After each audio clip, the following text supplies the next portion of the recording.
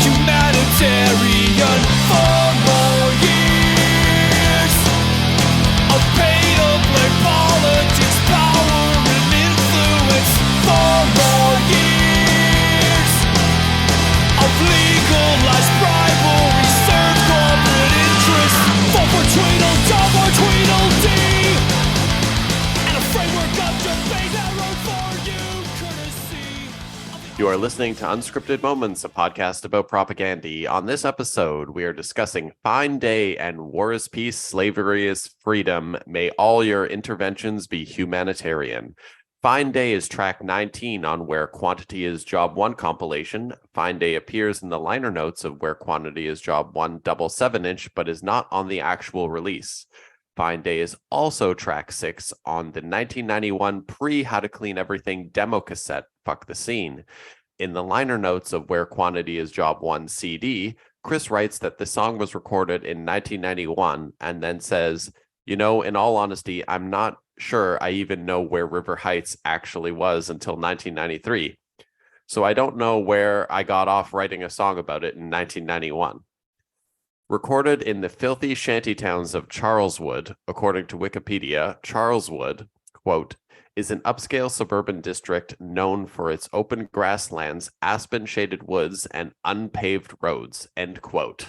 I love that detail about how they recorded it in Charleswood, and then the details that I was finding about Charleswood and Winnipeg are that it's actually a really nice place, which kind of fits the whole entire Fine Day, song message and everything, which I thought was really funny.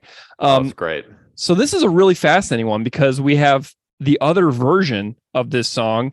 It's called War is Peace, Slavery is Freedom, May All Your Interventions Be Humanitarian, which is track 16 on the 2001 Fat Music Volume 5, Live Fat, Die Young compilation from Fat Records, that series that has come up so often on this show and turned so many listeners around the world onto this band.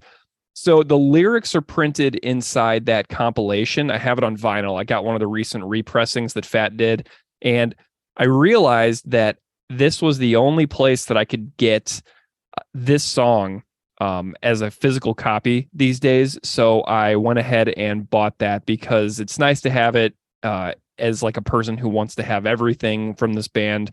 I went ahead and bought that recent reissue of Fat Music Volume 5. But the liner notes have something inside that says, music written summer 1990, lyrics written summer 2000, reluctantly reproduced summer 2000, cringe. And then a link also reads, go to lbbs.org, but that website today takes me to a hotel in Mallorca. So I managed to get in touch with the band a little bit about some of the details for recording this song, and I got a reply, and the reply said, as I recall it, the music was recorded during the Today's Empires, Tomorrow's Ashes sessions at Motor Studios, and we recorded the vocals at Mid-Can here in Winnipeg. Chris, Todd, and Jord appear on this recording. So this is a really interesting tune, man, where we have two different eras of the band that sort of, talk to each other, from 1990 version of the band and the 2000 version of the band, which is, those two eras are pretty different. We had a lineup change. We have a significant change in sound from what we know is like the How to Clean Everything sound versus the Today's Empires sound. So we're hearing the Today's Empires lineup play something that was written before How to Clean Everything. And it's just a really neat way that the two eras of the band speak to each other. Do we know if anyone in the band has any investment in that hotel in Mallorca? That would be actually really, really amazing. This is a really fun tune, and I've never actually been to Mallorca. I've been to. I would love to go. Maybe I'll use that as the universe saying to me that this is the hotel that I need to stay at when I go on my amazing Mallorca vacation. What do you think? it would be crazy for you not to do it at this point. My destiny is written now. I'm going to Mallorca and I'm staying at lbbs.org. Amazing. All right. So Steve, what have you been up to since we last hung out recording the absolutely bonkers How to Clean Everything 30th anniversary episode and the Fidalis Hearse episode, both of which I loved doing in May of 2023. And here we are a month later, in June 2023, talking about this next tune. What have you been up to in the last month? First of all, I can't believe it's been a month since we've recorded an episode. So I was so tired. Big shout out to you for just cranking out content while I've been off doing other stuff. No, I was so tired. I got a submission from Seth from Arms Aloft. He did a cover for the How to Clean Everything 30th anniversary, but he was kind of like late on it. So I did a little teeny tiny 5-minute bonus episode for the How to Clean Everything 30th anniversary appendix episode with Seth from Arms Aloft. That was really cool. And then I did a conversation with my friend Jeff, who went with me to 3 of those Ontario shows in the spring of 2022. So we did a little recap a year later about a Bangers Embrace style, trip that we did to watch Propagandhi 3 nights in a row. So I've been pretty chill. I've been riding my bike. I've been, hanging out and relaxing and enjoying the beginning of the beautiful summer months here in the Toronto, Buffalo, Niagara region. And I've just been kind of relaxing on this because I was so exhausted from our How to Clean Everything and Fidalis episodes that I just kind of detached my brain for a little bit to get us to where we are today. It was nice. Yeah, I've been pretty busy. I've been doing like a lot of work around the house. I made some sweet Van Halen cornhole. Oh yeah, I saw those. Called. I made those. And I went beginning of June, I went to Tied Down Festival in Detroit, which was insane. Yeah, how was that? Oh man, like so many of my favorite bands played. Like it was awesome seeing Earth Crisis again. Drain played, Gorilla Biscuits, God's Hate, Incendiary, Inclination. Like it was just like a heavy hitters hardcore fest, and it did not let down. Like it was just so fun. Like I hadn't been to a proper hardcore fest in years. I kind of self-admittedly, I kind of lost touch with hardcore for about 10-ish years around late 2000s up until maybe 5 or 6 years ago. I kind of paused it and went heavy into the power metal. But I'm full blown back in hardcore. It was just so awesome to be in that environment, seeing all those awesome bands. And there was lots of hilarious shenanigans that happened in Detroit. Like we had an Uber driver that ran red lights just seemingly for fun and then dropped us off in the wrong, nowhere near where we actually wanted to go. So then we called up another Uber driver to take us to the proper location, and the same guy showed up again, and he's like, now I get 2 5-star reviews. Oh my God. Yeah. Amazing. So it was awesome festival. Highly recommend everyone checking out Tied Down Detroit if you're into hardcore. It was phenomenal. And you went to a massive festival in Atlantic City. Yes, I did. I went to a Jason festival on the beach in Atlantic City. And this is a massive brand new festival. It's year one the festival existed. So it was kind of a risk to go to a brand new festival, because it's not tested and tried and true, and everything was being readjusted for the entire weekend.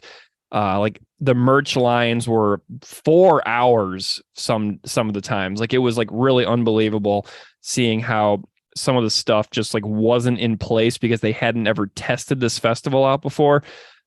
So I did not even bother looking at merch. I don't even know what they were selling or anything, but I went to Adjacent and I ran into Cheska Colombo, who is the host of the Menzingers Song by Song podcast called On the Impossible Pod.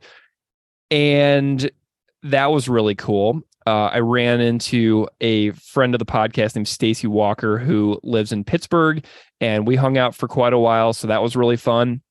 So it's really cool to see the way that the podcast kind of when you can meet up with people that you've had, friendships over the internet and because of a podcast, and then you actually wind up meeting up in real life. It's really fun. But some of the bands that I saw were obviously the headliners, Blink-182 and Paramore. I saw Coheed in Cambria. I saw Turnstile. I saw Incendiary. I saw Gel. I saw Drug Church. Those were all wonderful. And I saw the Starting Line and, the Movie Life. And so there was a really great lineup of the show. And the scenery was incredible. I was standing right on the beach. It was 70 degrees and sunny, like the whole entire 2 days of the festival. So it wasn't blazing hot, but it also wasn't like hot enough to like really get in the ocean and enjoy yourself. But I had a really good time at that festival, and I'm really glad that I went. Got to see Philadelphia a little bit. I saw like Boys to Men Avenue in Philadelphia, and I went past the Rocky statue at the art museum there in Philadelphia. So it was kind of neat to see a part of the country that I've never been to before. And I was standing in line at a coffee shop, and I was talking to my girlfriend, and we were talking about Jeff Rosenstock because Jeff Rosenstock was playing, and Jeff Rosenstock's set was incredible, by the way. And Jeff Rosenstock walked into the coffee shop as we were talking about him. It was absolutely hilarious. Where I was like, oh yeah, I'm really excited to see Jeff Rosenstock in a few hours. And like 10 seconds after I said Jeff Rosenstock's name, he walked through the door as if I had like summoned him or something like that. So, it was a really good time. The drive back was a haul. It was Memorial Day weekend. So it was a really wonderful trip. So I'm glad that you and I have both had these really nice times since we last got to hang out. That's so cool. It was great. I actually tried to see if anyone from that listens to the pod was at that fest in Detroit, but I don't think there's any crossover between those crowds. Yeah. So anyway, do you have any good plans this summer coming up besides the Tied Down Fest? I'm gonna do a lot of work around the house. I got next week for all the wrestling fans out there, we got Forbidden Door happening the 25th this Sunday, which is going to be absolutely insane. And then we got two AEW shows in Hamilton next week, which I'm super jazzed about because, coming to Hamilton is a little bit of a big deal. Like we don't get a ton of stuff here.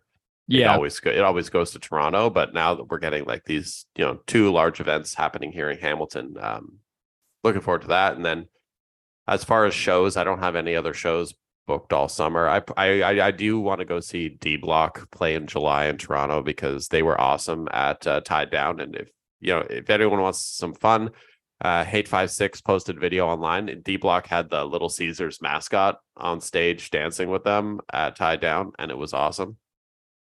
Yeah. But other than that, the only other show I have booked a ticket for this summer is Wasp. Nice. I am going to see Metallica in Montreal in August. Jimmy Eat World Manchester Orchestra here in Buffalo on the Lake Erie waterfront.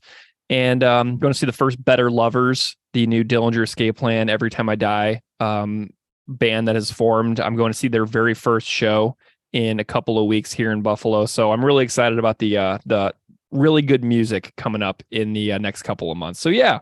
Woo.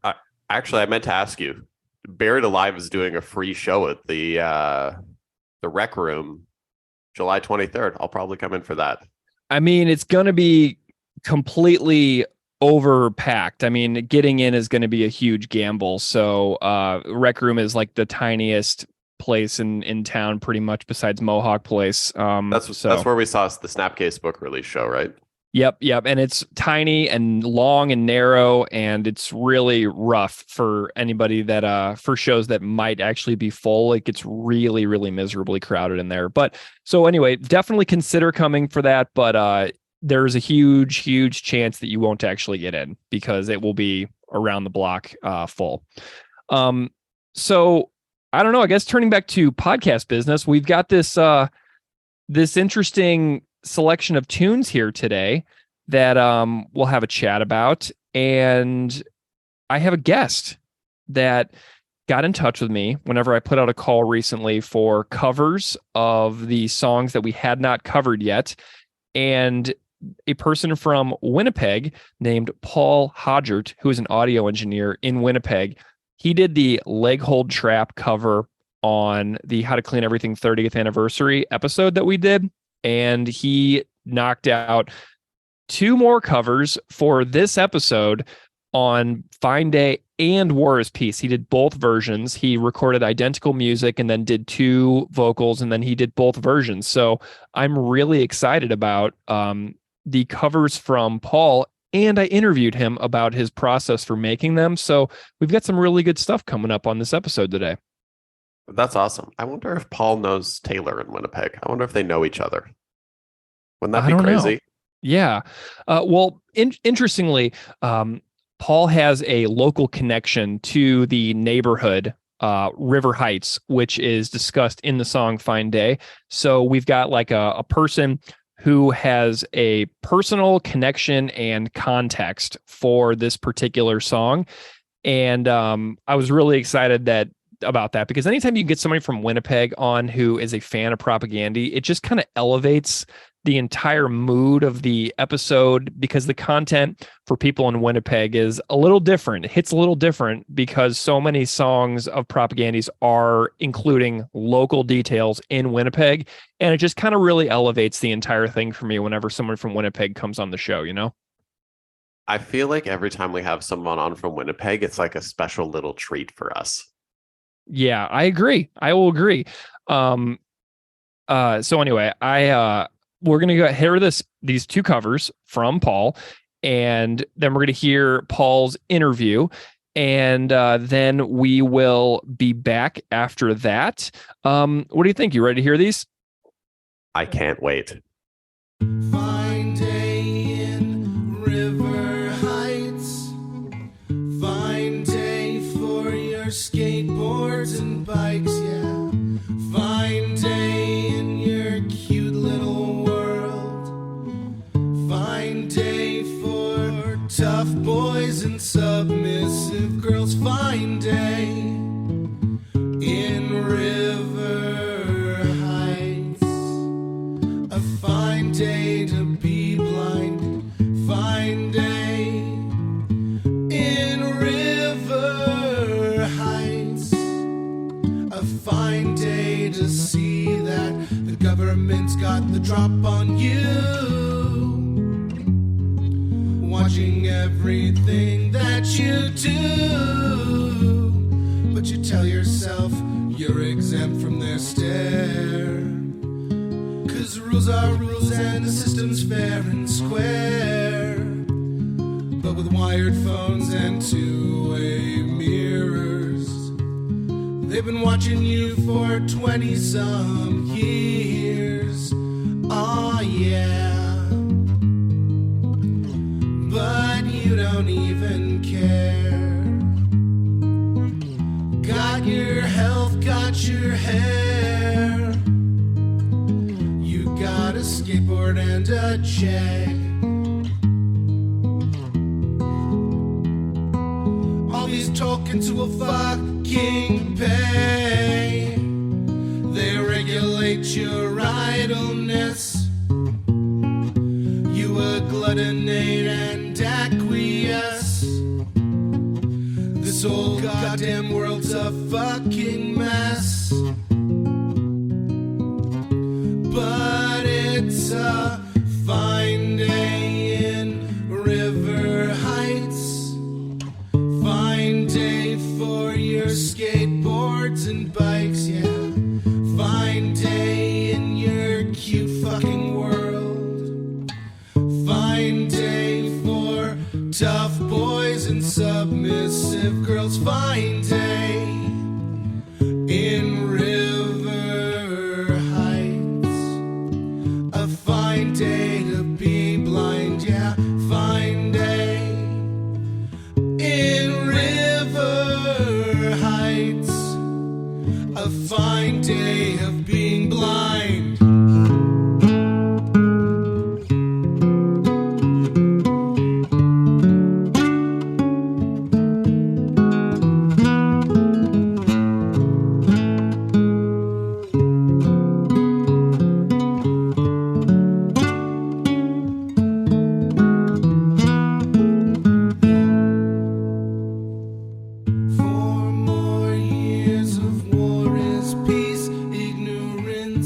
is strength and slavery's freedom. For more may all your interventions be humanitarian. For more years of pay to play politics, power and influence. For more years of legalized bribery, serve corporate interests. Vote for Tweedledum or Tweedledee.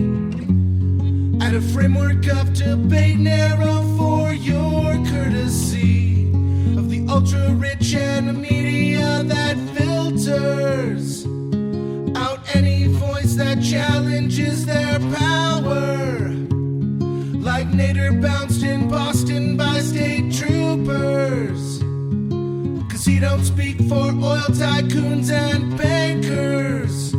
Aw, yeah. Whose pursuit of happiness and liberty demands a rhetoric of fear to be the litmus test for viable heirs to the phony drug wars, the trumped up rogue states, the permanence of a war economy. I feel less hopeful and less human as I'm reduced to nothing more than cheering on embassy bombings as the liars pave their way through. For more years of war is peace, ignorance is strength, and slavery's freedom. For more may all your interventions be humanitarian. For more years of pay to play politics, power and influence. For more years of legalized bribery, serve corporate interests.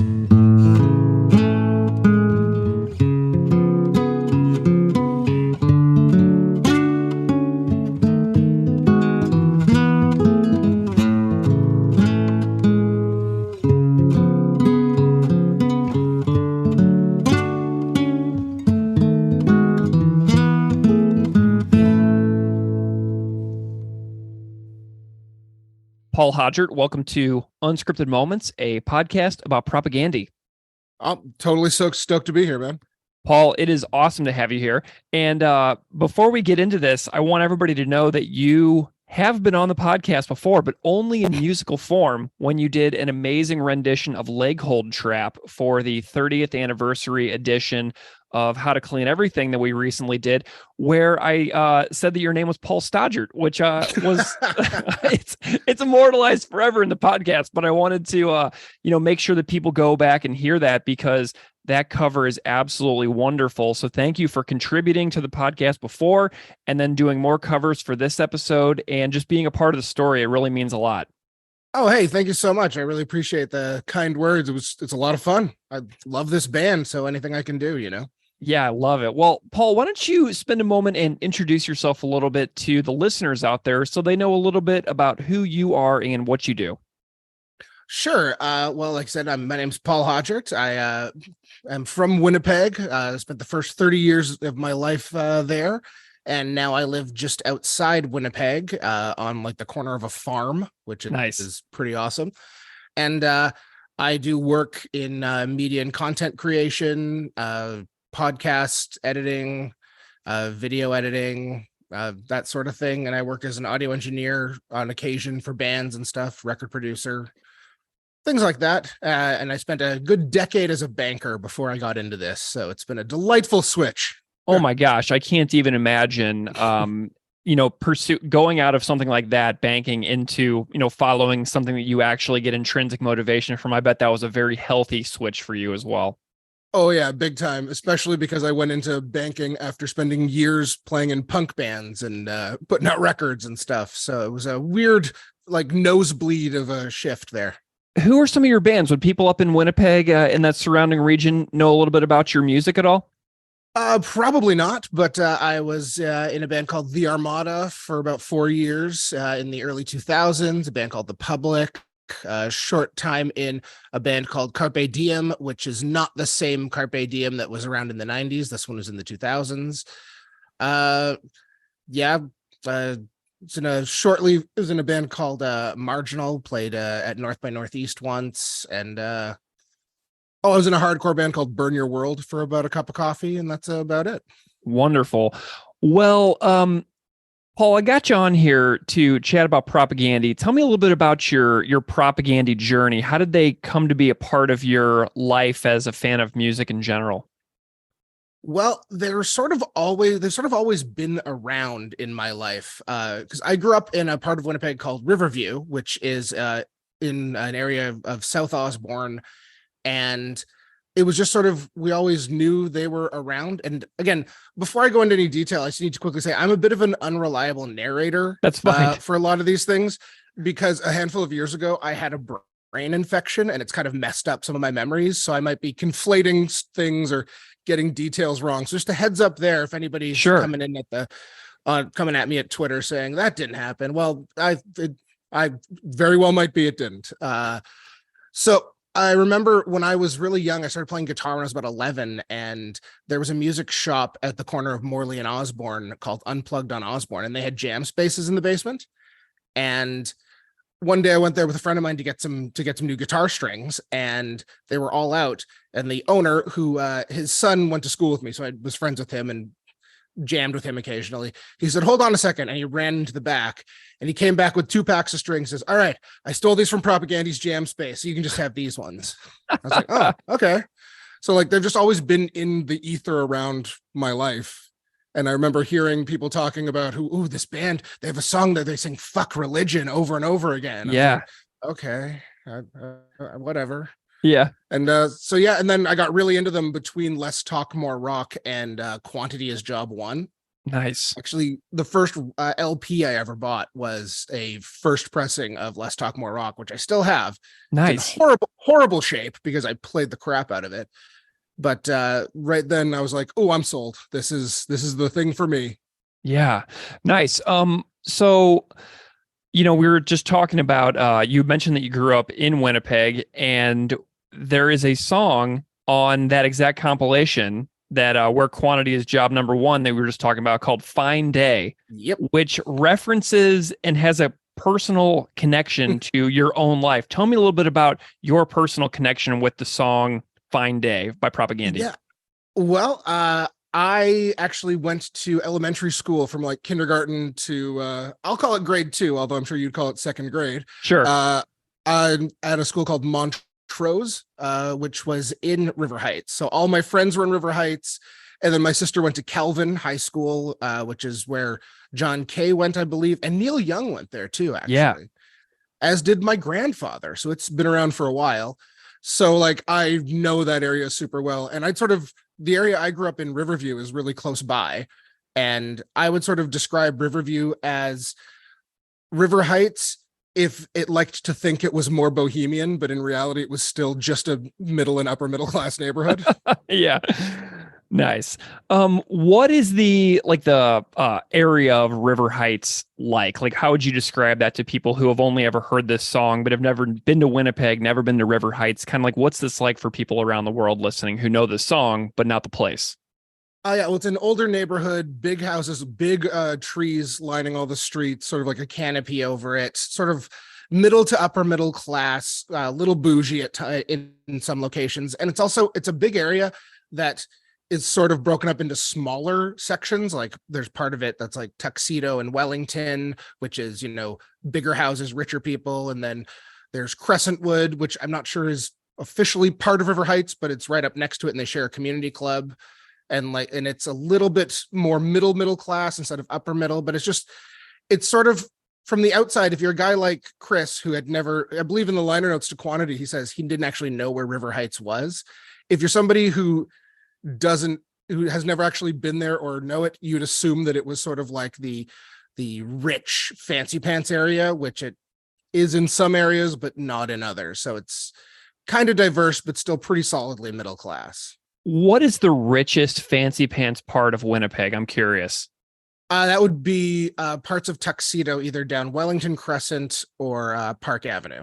Yeah, here in Buffalo, we have Crescent as well, and that's a rich area in a neighborhood called Parkside. It's funny how the word Crescent seems to be associated with wealthy areas in Canada, but also in where I am here in Buffalo as well.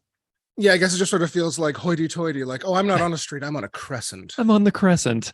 Yes. Okay, so tell me about your thoughts about the song Fine Day. I'm curious about how you feel about the song in general, from the original version on the double 7-inch, from the compilation. Tell me what your thoughts on this one. Well, when I first heard it on the compilation on Quantity, I loved it because it's like, I know where that is. Yeah. I played for a football team in that area. I know that place. And then sort of looking at it, it's like, oh yeah, it's totally a bunch of skids in 91 trying to write a song about, an area that they thought was, fancy pants. And I mean, it's very much young people writing a song to try to make a point, and I kind of love that about it. Like, I love the early grittier Propagandhi stuff. Like, that's I mean, I love it all, but that's sort of my wheelhouse because that's when I got into it. Yeah, and I really like that the first chord change is going from a major to a seventh, which is a very Propagandhi thing to do. Like, they do a similar thing in Stick the Flag. And like, it's sort of an early example of Chris using different chord types instead of just majors and minors. Because if you go through their catalog, he uses a lot of sevenths and minor and major sevenths and stuff like that. So I think it's a really interesting, like, early indicator of where they're going to go for their skate punk era. But it's not exactly the most in-depth or like thought out song. It's clearly, oh crap, I got to write something. Fuck River Heights, man. Like, it gives me that vibe. But again, I love that. Like, I love the sort of youthful exuberance of the track. So one thing I did notice, and I actually debated doing this on the versions I submitted was over like the outro, is the chords to Fine Day and War is Peace are almost the same as the chords to Refusing to Be a Man. So if you play those over top of each other, like, if you can play Fine Day and sing Refusing to Be a Man over top. And I debated doing that, but it was like, you know what, that's a hat on a hat. I'm already doing a double weird cover. I don't need to throw a third thing on top of it.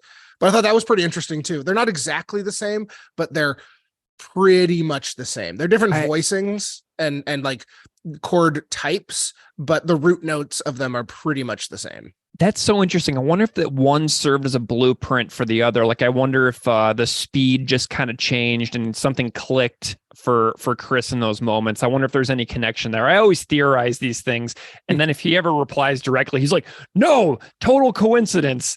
Yeah, so that sounds like Chris. It's really funny, but thanks for that observation. That's really cool.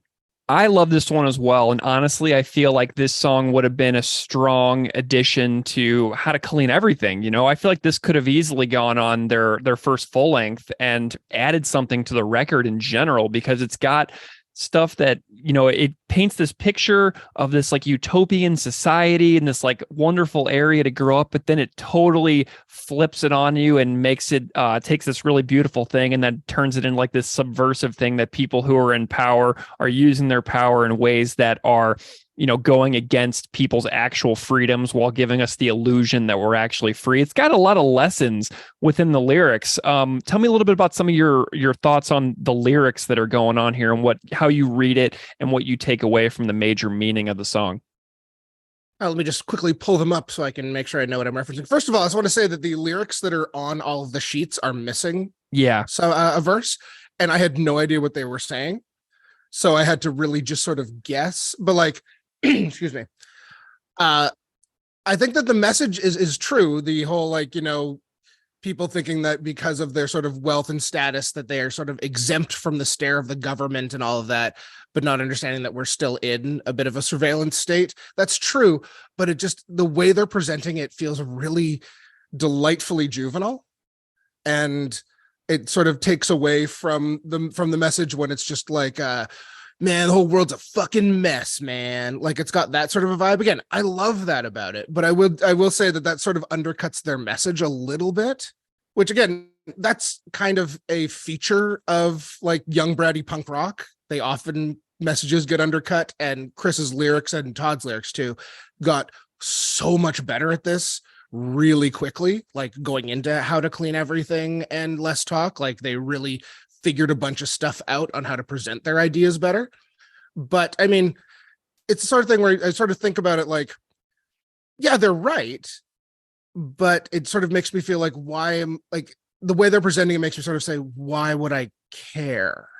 Yeah, because it's like everybody in the depiction here, Fine Day in River Heights, everybody's living in their cute little world, but then it describes what is actually going on, but everybody's like, well, I'm comfortable. I've got this fancy house. I've got like this wonderful head of hair. I've got money in the bank. And so I'm just going to go ahead and give the government surveillance programs a pass because it means that I can keep having these like creature comforts.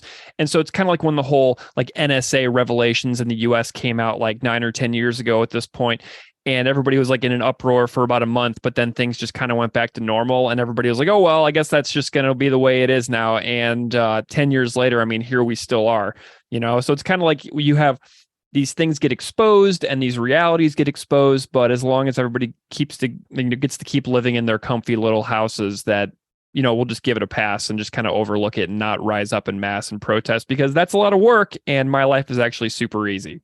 Yeah, it's a big symptom of privilege. Like, I grew up in that cute little world. I didn't have a Jag, which is what I think he's saying. But I had a skateboard, and I grew up in relative affluence. So it's the sort of thing where it didn't affect me. So why would I care? Now, I mean, I care very much now that, I'm older and smarter and figured a lot of things out. But it's a symptom of privilege. I grew up in a very privileged environment. I still exist in incredible privilege. I'm a white cis male heterosexual, like middle class guy. I am the peak of privilege.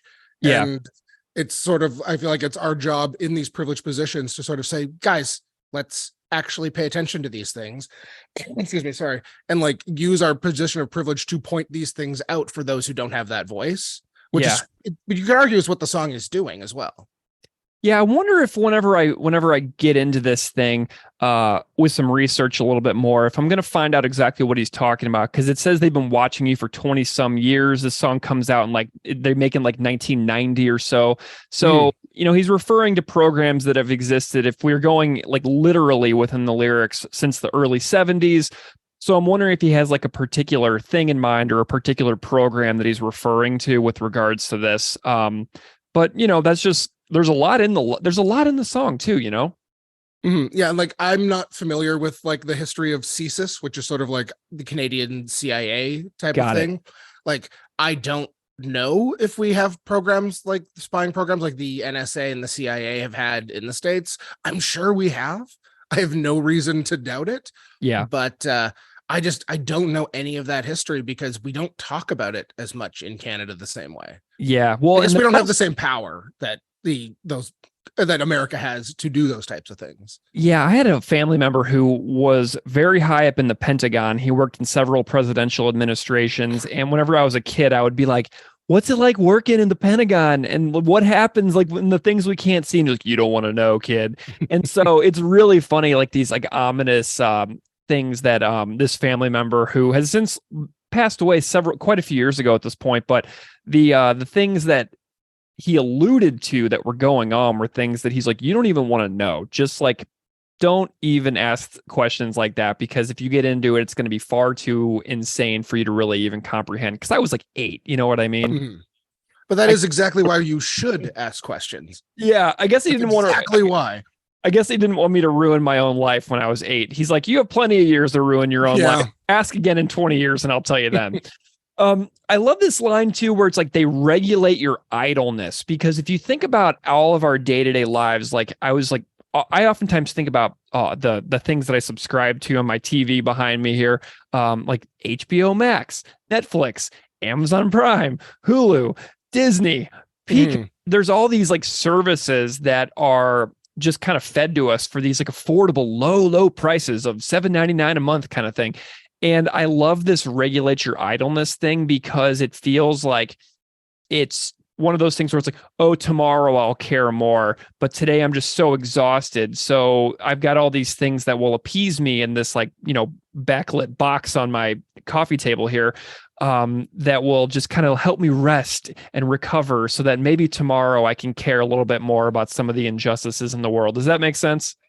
Oh yeah, and then of course you agglutinate and acquiesce. Yeah, I love that line. Idleness has been so regulated.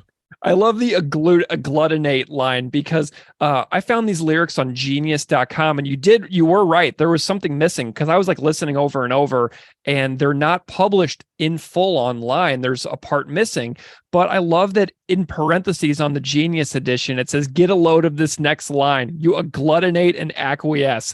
And so I can only presume that at one point, Chris had the lyrics published on Propagandhi's website, and he annotated that get a load of this next line part, and then maybe remove them, because they don't have any lyrics published for this record online. I believe that is what's written in the liner notes of Quantity. Not like I have the insert from the quality 7-inch right here.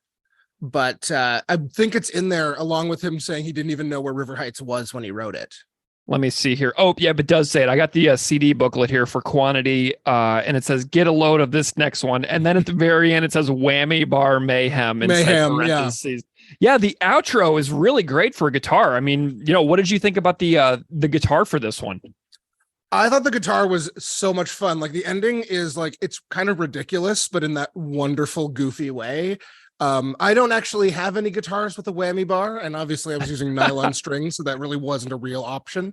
Yeah. But I also appreciate when the re-recording, when they redid it, they did it with like what sounds like a detuned piano of some kind, which I thought was an interesting choice. I debated overdubbing a piano part on the one I did, but then I was like, you know what? I just want to go have a rest. I really want to do some of that, have some of that regulated idleness, to just take a rest after I was done, so I didn't bother. Your efficiency in creating these covers is like quite astounding, by the way. You came out with the Leg Hold Trap cover, the Fine Day cover, the War is Peace cover, like really quickly. I've never worked with somebody on the podcast who has been easier about getting covers from. Like, you just knock them out and send me the Dropbox file. It's amazing. So I do want to hear the story of your cover creation for Fine Day, and we'll talk about War is Peace here in just a little bit. But tell me about your creation process for the music for these songs. I know that the music is the same, so you can just talk about the musical adaptation process. But then I want to know about your creation process for the cover. Well, so I sort of came at it thinking, what is a way where I can just do something completely different, and what can I do that's really easy? Yeah. Like, I recently got laid off from a job where I had all of my like audio and video equipment set up in a different room in my house instead of in my unfinished basement where it usually is. And I haven't set it all back up yet. So I was like, what can I do where I don't have to go set all that up, and I can just throw a laptop down? So I'm not like miking drums or something. And I just figured in this case, since the last one I did sort of a John K. Gifts type of vibe with the electric guitar with the sort of off time picking, finger picking, I figured let's try something completely different. Pulled out a nylon string guitar and thought, what can I make this work?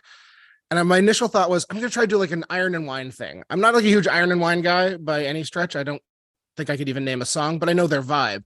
But then when I got to doing it, I realized, oh, I don't really sing like that guy. So I'm not really going to be able to get a good sort of like hushed, weird lo-fi whisper. So I just kept the nylon strings thing and decided to use just a normal voice. And then I double tracked the vocals because these songs are super wordy, both of them.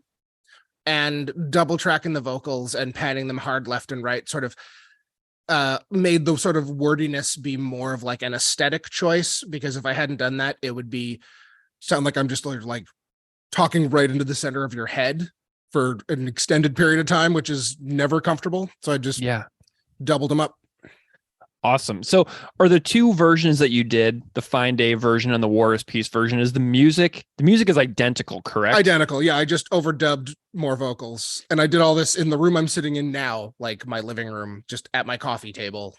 Amazing. Okay. So I love the covers. And whenever you told me originally in a text message that you were going to do the Iron and Wine version, I was thinking about those really early Iron and Wine records where he's super quiet, like almost whispering. And I was like really intrigued by that. So I really do love that you went with the nylon thing. But like, I totally get why you didn't do that, because that is such a specific approach that guy, Sam Beam in Iron and Wine, has on those early records with the whispering. I was like, and it's too wordy to whisper. Hard. It's just too wordy. Nothing would be comprehensible. Did you demo any of the whispered versions? Did you try that out?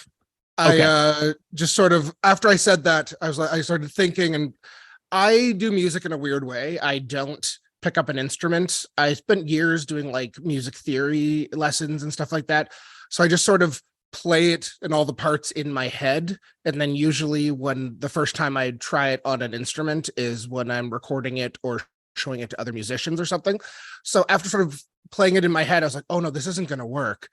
Like just going through it like the government has got a drop on you is like, that's not going to work. It's going to be too hard to figure out. So I figured I need to use a bigger voice, and my voice is already weirdly high when I sing, so I figured that's close enough to get sort of the twee vibe. Yeah, I love it. All right. So let's chat about War is Peace for a little bit.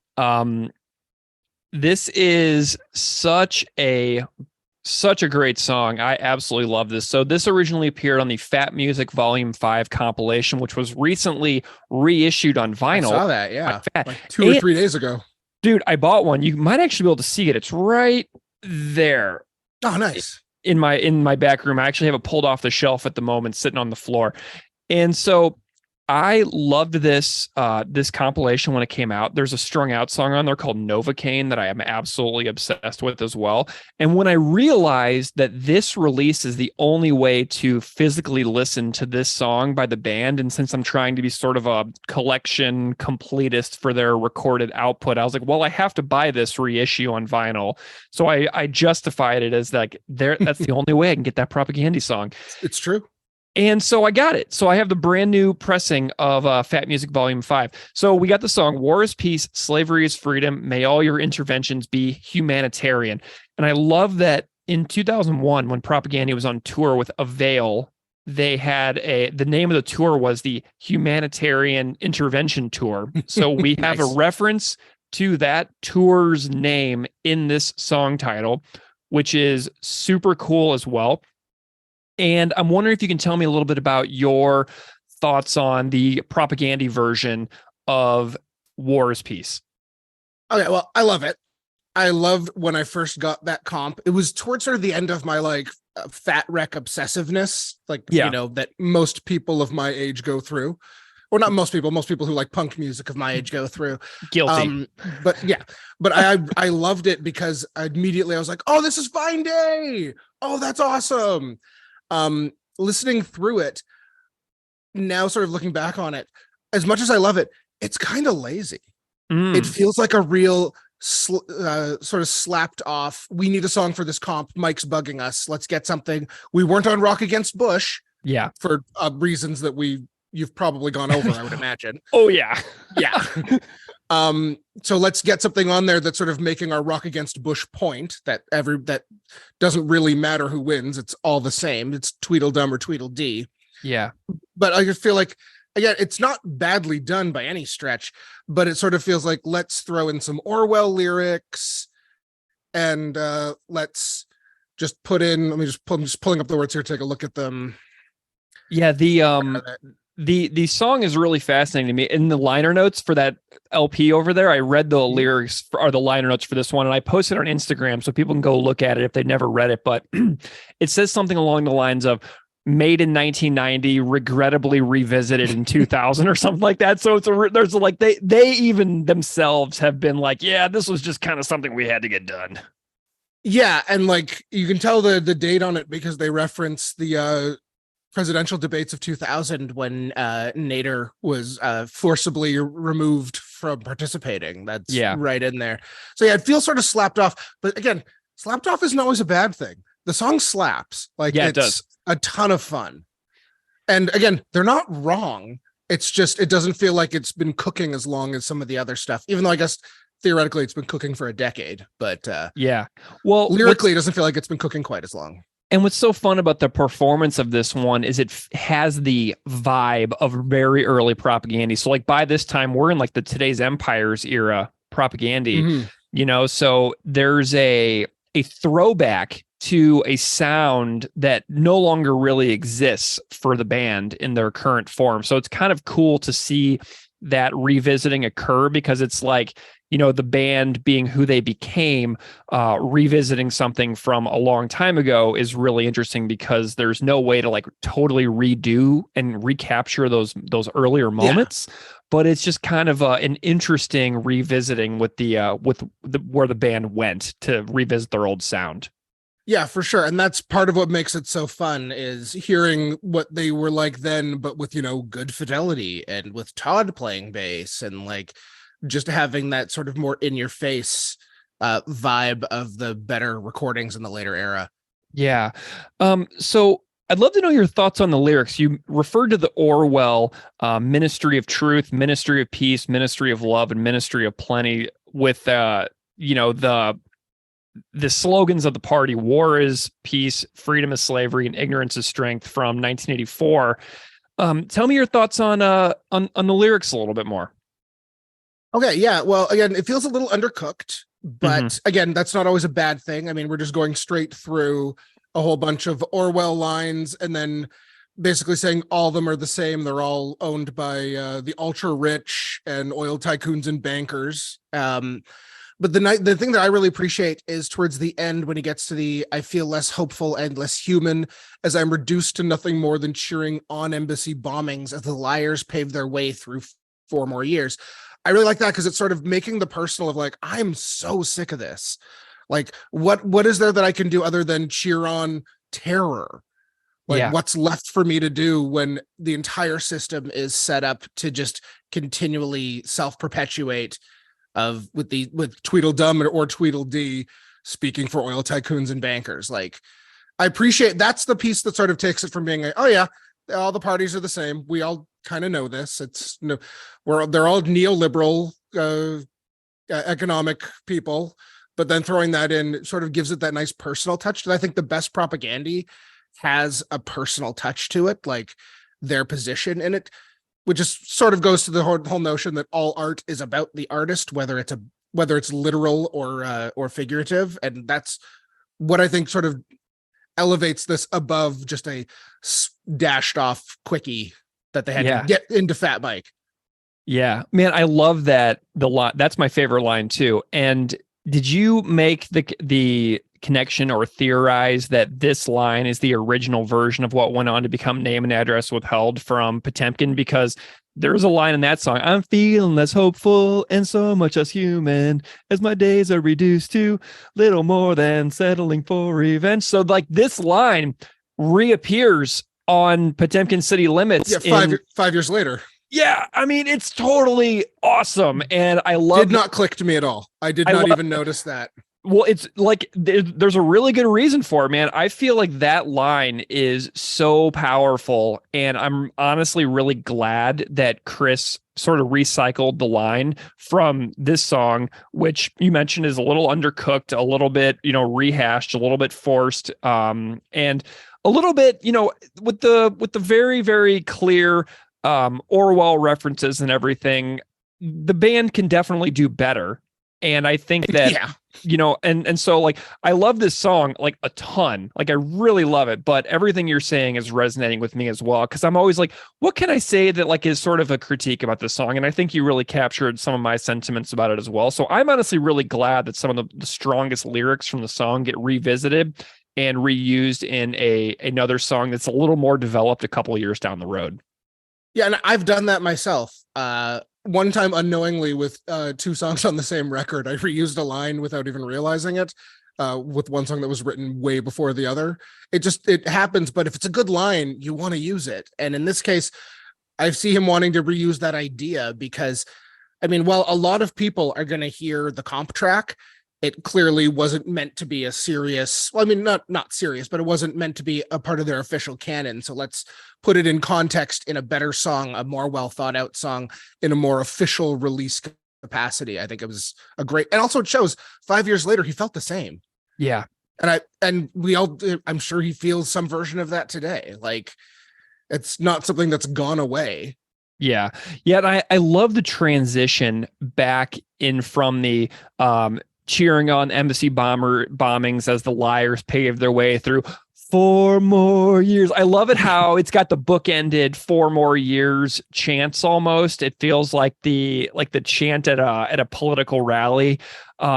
And so I love the way he transitions back from that fast middle section back into the to the slower outro. I just think that's really a cool little transition from the bleak middle part to the more like sloganeering chanty part.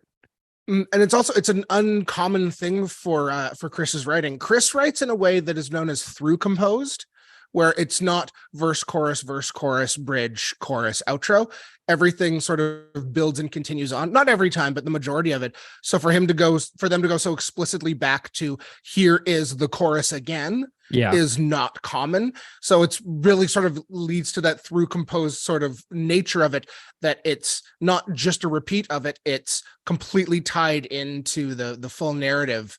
And again, the whole thing is about how everything cycles over and over again. So it kind of makes sense to have the song cycle over and over again, because the song could just continue forever. Yeah.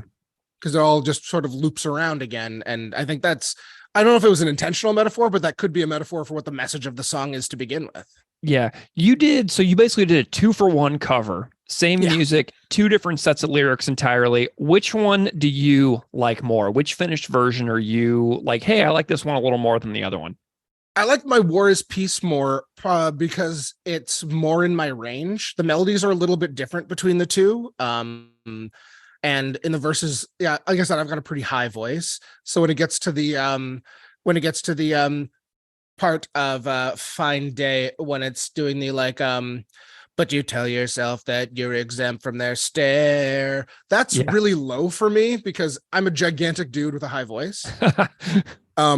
So, and it's also everything, the space is filled out more. There aren't like giant gaps between stuff. Like at the very end of in Fine Day, at the very end, when it gets to the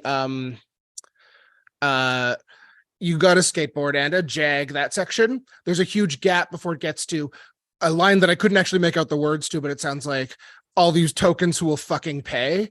There's a huge gap there that just feels so uncomfortable because I feel like I should have been singing something, but he doesn't. Also, I think he said all you tokens who will fucking pay, but the way that my autocorrect did it was written on my notes and I ended up singing it because I thought it was funny, is all you Tolkiens who will fucking pay. Yeah. Like I was like, yeah, you know what? I don't know what the words are anyway. Let's just use Tolkien because that's funny.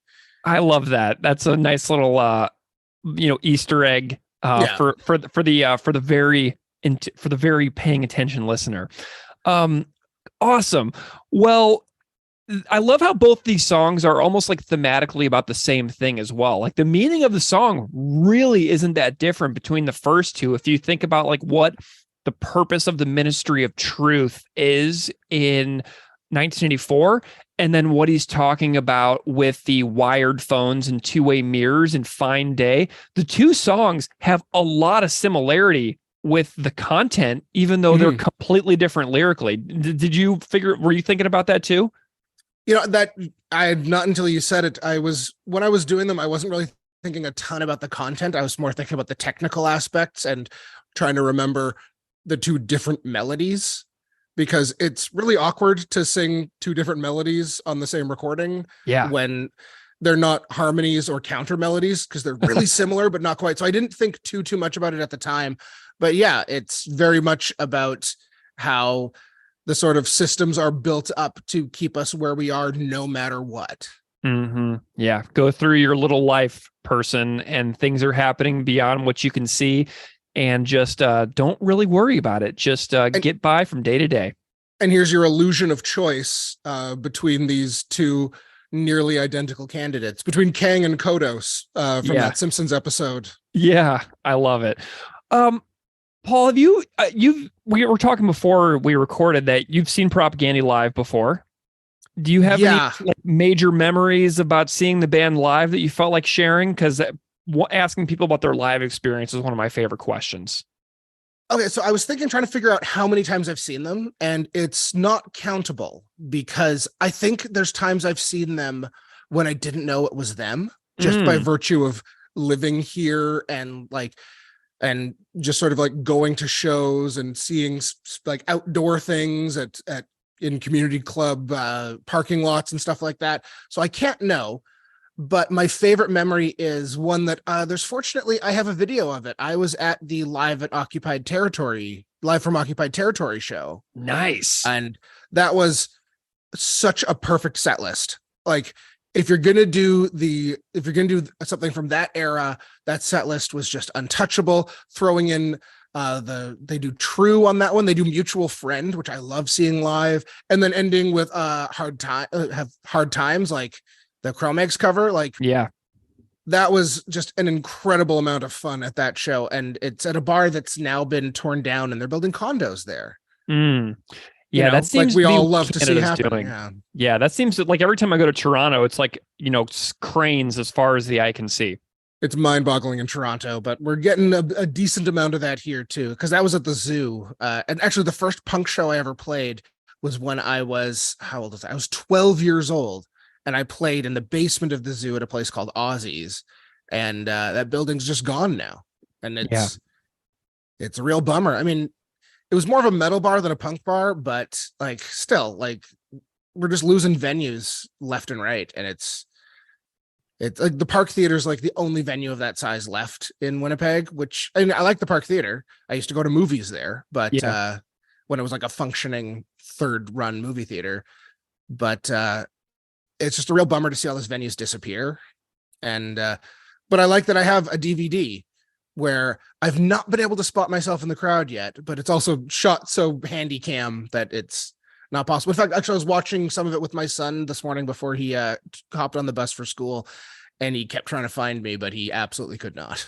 Nice. I have my copy of that DVD as well, and every once in a while I put it in. I usually revert to watching it on YouTube because I don't have a DVD player currently set up, but I will never get rid of that hard copy. And I think that anybody who has never listened to that, the band you can download it off the band's Bandcamp, and they might even have DVDs of it that they can still sell you. I'm not really sure. Who knows? But it's on YouTube in a bunch of clips, right? Like it's broken up into 8 parts or something. Yeah, every time, and you can get it as MP3 downloads on their Bandcamp too. So whenever I have to sample that album on the podcast, I usually use the MP3 download from the Bandcamp, but you can definitely get it on YouTube and watch the whole thing because it's great. My favorite live part that I've ever seen from the band, my favorite commentary is whenever Chris yells at Jord, "Hurry up, dickweed!" I completely love that part, and it makes me laugh every time. So if I ever need to have a quick laugh, I watch that DVD, like where Chris yells at George for being too slow at the before a song starts. Yeah, I actually have one other favorite live memory that I just remembered. So I mentioned at the top that I'm an unreliable narrator because I got really sick for a while. Before that, right after my son was born, he's 8 now. My wife got really sick when my son was about 2 months old and was in the hospital for about 5 weeks and almost died. And so I've got this new kid. I'm living in an apartment on Osborne. I'm just actually pretty much right across from the Park Theater. And everything's all stressed out, and eventually things get better. And then I get sick and I get better and all of that sort of thing. And Propagandhi's playing at the Pyramid. And because life was so hectic, I did not have time to get tickets. All those shows sell out immediately anyway. Yeah. So I was just on Instagram or Twitter or something saying, "Hey, anybody have an extra ticket I can buy, whatever?" And Chris DM'd me to say, "Hey, ticket at the door. We're on your name. Go get it." So I got to go to the show, and I'm at the show, and it was amazing. It was after all of these really hard things where I almost died. My wife had almost died. We've got this new little baby. Like everything is just so stressful and all that. And they're playing, and they start playing Without Love. And it gets to the part where the please don't leave me. Yeah. Like that part. And it's like, I'm sitting here watching this like awesome punk band or punk metal or progressive thrash, I guess would be the term they like. And I just started crying in the thing because it's like, oh, I have not had time to process any of this. Yeah. And it was just like wonderful emotional release from a band that is not known for their emotional release songs. And so like, it was just that moment. It was just like, oh, this is why I absolutely adore this band, why they're one of the most important bands in my life. And just, so that's my other favorite memory, is finally getting this huge emotional relief and finally allowing myself to deal with what was like trauma, like just deal with some major life trauma. So that's my other favorite memory. It's a bit different than the first one of I was at fun show, but yes, that's my other favorite live memory. That seems to encapsulate it kind of as well, like kind of what this band means to you, like the like as a whole, you know what I mean? I always ask people, what does this band mean to you? And I feel like you sort of just answered that as well. Yeah. They mean so much to me on a personal level, on an intellectual level. Like they exposed me to so many ideas from a very young age. Like Let's Talk came out when 96, 95? 96, yeah. I was born in 84, so I'm 12 years old hearing this stuff, and it's completely changing. Like I was listening to mostly Christian punk at that point. So this is this huge, complete shift of ideas. And as I've grown older, the more and more I've absorbed of their ideas and other bands and other sources, that it's just completely shifted my worldview. And I'm sure, I know I'm not the only one. Everybody talks about that. But then also on the personal level, songs like Woe Is Me off of the Flag Burning. Yeah. I love that song because I've been in that exact position. And that's why I say the songs with that personal touch are the ones that always have that little extra to me. And that one has nothing political about it whatsoever. Yeah. But I've been in that position and asked those questions of the people in my life. Yeah. And you know, something about that Woe Is Me. We did Woe Is Me really early on in the podcast as well. And Beav is actually the guest on that episode, which meant so much. Because like, Beav, tell me some songs you want to talk about. And he chose Woe Is Me. And I'm like, amazing. So that was so cool that to get his thoughts on that particular song, because I couldn't believe that he picked that one. Oh, well, this is my favorite of their releases. Yeah. I love the Flag Burning. I love that cover. I love that version too. You've got the red and black. Yeah. Yeah. That's awesome. I had to get it on Discogs from a guy in Europe somewhere. Yeah. What's the I Spy color side? Oh red. My gosh. That's so sweet. I've never seen one like that in person. I was really stoked to get it because I was like, I need to own this. And then I found like the weirdest version. Yeah, I'm totally awesome. getting the weird one. It cost way more than I should have paid for it. Oh yeah, I mean the minimum second most I've ever paid. The minimum you're ever going to see that record for is like $50 plus shipping. That's from like Europe for me. Yeah, that's the minimum, right? Like in the US, I mean like $50 plus shipping. If you're in the US, that's the cheapest you'll ever get it. And everywhere else, you just kind of, I've seen them as high as like 200, 250 before. Yeah, this was a while ago. I think all in with shipping was about $100, which is the second most I've ever paid. After a box set that of Bay Area 7 inches, because it's the only official release of Jawbreaker's Kiss the Bottle. Ooh, and I'm a nice. huge Jawbreaker guy. Yeah. So I paid more for that to get one side of 1 7-inch in a pack of 4, but that's 4 records. So of course that's going to be expensive. So this is the second most I've ever paid. Amazing. Well, Paul, before we wrap up, I'm curious if you have any reflections and thoughts on your leg hold trap cover that you did on the 30th anniversary, How to Clean Everything as well. I'd love to get your take on doing that, which is a cover that Propagandhi did from Toothpick Hercules, John and Conrad's and Steven's earlier band. Tell me your thoughts on that one as well. Well, first, I debated opening it with me saying this is a Toothpick Hercules cover, and I'm here to butcher it to death, like on the quantity. But I was like, that's a little on the nose. That one I was just sort of going for the live solo version of Gifts that John, I'm not sure if he still does, but at least my favorite version. It's a great version. Yeah. I was like, so it's got sort of, for those who haven't heard it, it's sort of got a similar finger picking to Weaker Than's One Great City. So I was like, how can I wanted to make, it's a Jon song. Let's do something Johnish. And for that one, like I mentioned, my studio wasn't sort of set up, but I also couldn't find my iLock key to authorize Pro Tools. So I actually had to record that one using a free recording software I barely used called Reaper. And I did that one standing in my kitchen with a guitar plugged directly into my computer. And just sort of went like, it's got that do do do do do do do do.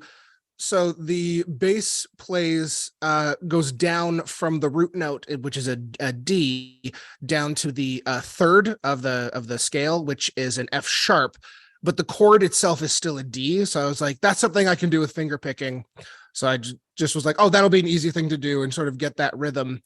But it was really tough to keep a tempo because the sections are so different. So it sort of got a little bit awkward when it gets to the turnaround chorus. And I wish that you had sent me the toothpick version, because I would have added those lyrics and made some changes to the arrangement had I known there was another verse of words that were not on the Propagandhi version. But I mean, I'm happy with how it turned out. Again, that was about 45 minutes of just quickly dashing something off and sending it away. So For how fast you are, your covers are wonderful. I got to tell you, it's really impressive. I appreciate that. Yeah. Well, Paul, I'm super pumped by your 3 contributions to the podcast. The 2-for-1 Wars Peace Fine Day, split. It's almost like a mini digital split 7-inch kind of. Really pumped by your contributions, your energy, your stories, your connection to the local as well for the songs. That's really, really awesome as well. It kind of adds another layer of like personalized flair and touch to the show. I love talking to people in Winnipeg because you all have an on the ground resonance with the music in a way that most other people in the world don't. So I love getting the local take on it as well. And I'm wondering if you have any places that you would like to direct people's attention out there listening, if they're like interested in your work or anything like that you'd like to say, hey, this is what I'd like to promote, or anything like that. I have nothing really coming up soon. I'm slowly working towards what'll be my first solo album that's going to come out next July on my 40th birthday.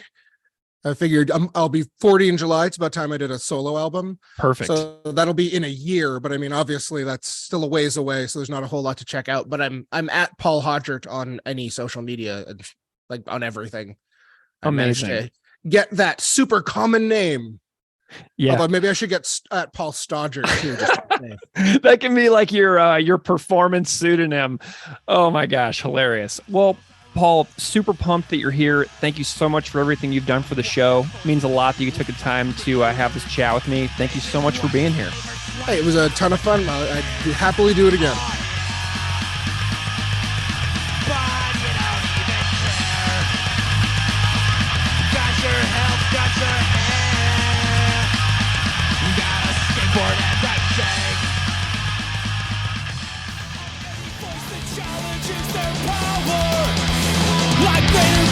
Boston state troopers, casinos speak for old tycoons and bankers.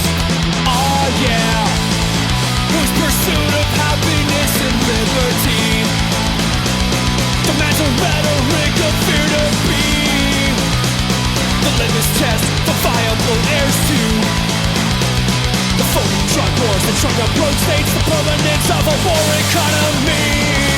I feel less hopeful and less human as I'm reduced to nothing more than cheering on embassy bombings as the liars pave their way through 4 more years of war is peace, ignorance is strength, and slavery is freedom.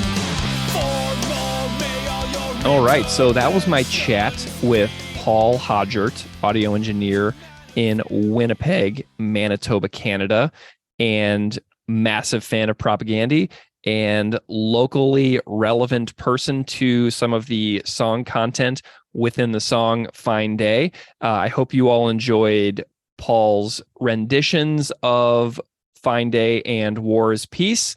And so thank you so much to Paul again for contributing these excellent covers for Fine Day and War is Peace, but also for the cover on the 30th anniversary How to Clean Everything episode that we did in May of 2023. So definitely go check the show notes for the timestamp for Paul's leg hold trap cover and go back and listen to that if you missed it, because it's buried super far into that 5-hour plus episode. So if you didn't make it all the way to leg hold trap, but you liked what Paul did for this episode, definitely go back and check out his episode of his contribution to the cover of leg hold trap on that How to Clean Everything episode, because it's super great.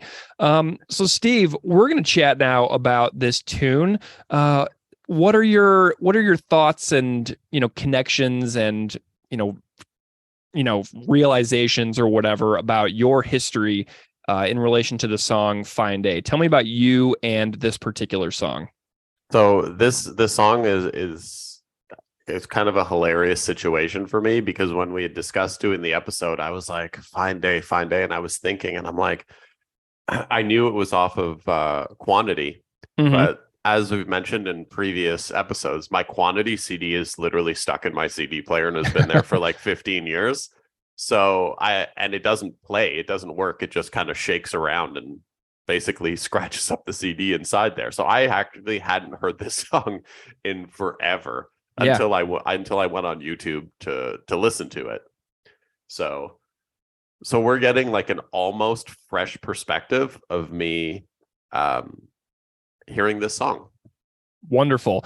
Well, when I started the podcast about 3 years ago at this point, I wasn't really familiar with so many of the super ultra deep cuts that the band has put out over the years. Like, as a listener of the band, like I really gravitate towards like the supporting cast, Failed States, Today's Empires, Potemkin, City Limits era of the band. So, some of this really old stuff with, questionable and old like audio quality, I just kind of let that stuff go. So I was like revisiting a lot of this stuff, like, Woe Is Me, Okay Everywhere. Like these are songs that I didn't really keep up with as a fan of the band who appreciates their later era stuff like a lot more than their early era stuff. So this was a big blind spot for me, this particular song. But I was looking back at the original spreadsheets that I made with the giant song title, where I put all the songs and then I put like possible guests in the spreadsheet. And Todd Kowalski first mentioned that he was interested in talking about Fine Day for the podcast whenever we first started it, because this is one of his personal favorite songs of the early era of the band. And Todd also said to me recently that he thinks that this song should have been on How to Clean Everything, which is fabulous because I completely agree. Because whenever I often hypothesize about alternative track listings for How to Clean Everything to make it in what would be, in my view, a better record, this is one that I haven't really ever considered throwing on there.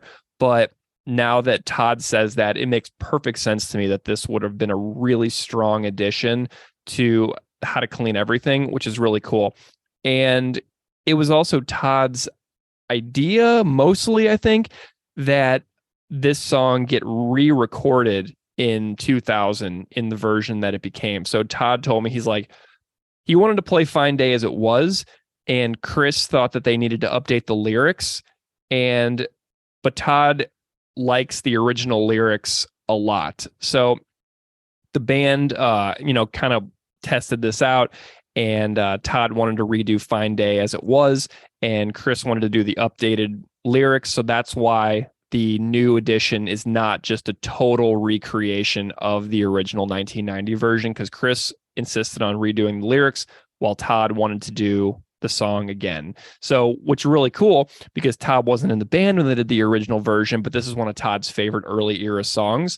So it's kind of neat that Todd was able to contribute to something that was one of his earlier favorite songs. And then that's why this new edition came to exist. So yeah, it's pretty sweet. But I was not really all that familiar with this tune whenever the podcast started. But I'm, doing a show like this, it helps you reconnect with stuff that you had long forgotten. I love when bands repurpose like stuff and make it kind of new and fresh. I remember like Monine did that with, they have an instrumental on, I think it's on Theory of Harmonial Value, or it could be on Smaller Chairs, one or the other. It was an instrumental song that they later just added lyrics to and released as a new song. And I was like, that's Mhm. awesome. Yeah. So redoing this like this, I'm all for it. What do you think of do you have any thoughts on the original version's musical performance at all? Like what stood out to you while you were listening to it for the first time in years and years?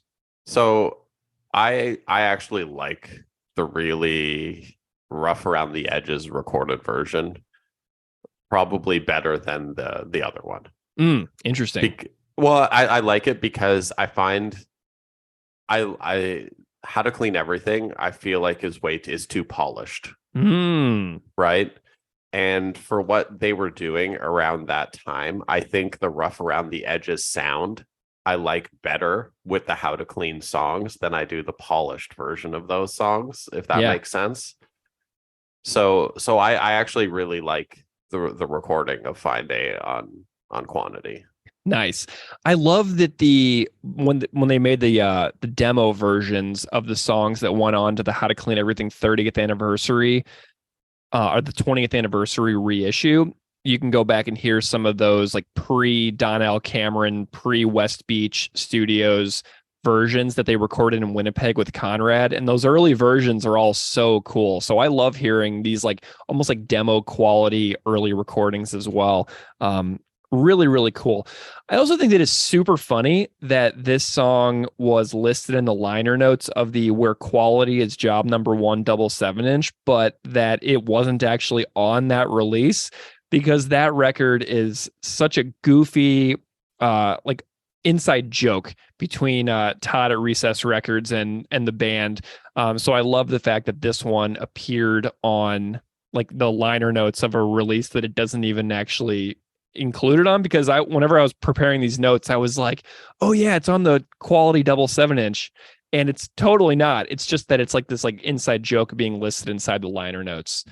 Let's talk about the lyrics a little bit. We've got this sort of bookended approach to the song where it's got the idyllic scene, the scenario of the suburban cushy life, and then it's got the really bleak Big Brother-esque theme in the middle of the tune, and then it talks about the apathy of all of the people who are being spied on by the people who are elected to represent them. And then it goes back into the idyllic scene for the conclusion part of the song. Whenever you were reading through the lyrics, did you have any, thoughts about your own life, or did any thoughts like spring out about what this song means to you or connects to your life at all? The opening line, "Fine day in River Heights, fine day for your skateboards and bikes," that whole line there, I think you have a similar kind of, it triggers something similar for you, but it definitely reminded me of like the neighborhood in which I grew up in Valois. And yeah, it just kind of brings back those memories of like, I don't know, I always just remember it as being like sunny and people outdoors and it being super friendly and extremely privileged. Yeah. I grew up in a place called Fenton, Missouri, which I actually just visited for the first time in over a decade when I was in Missouri fairly recently. But my neighborhood was, a new construction neighborhood starting like 1981 through like 1985. The neighborhood was built.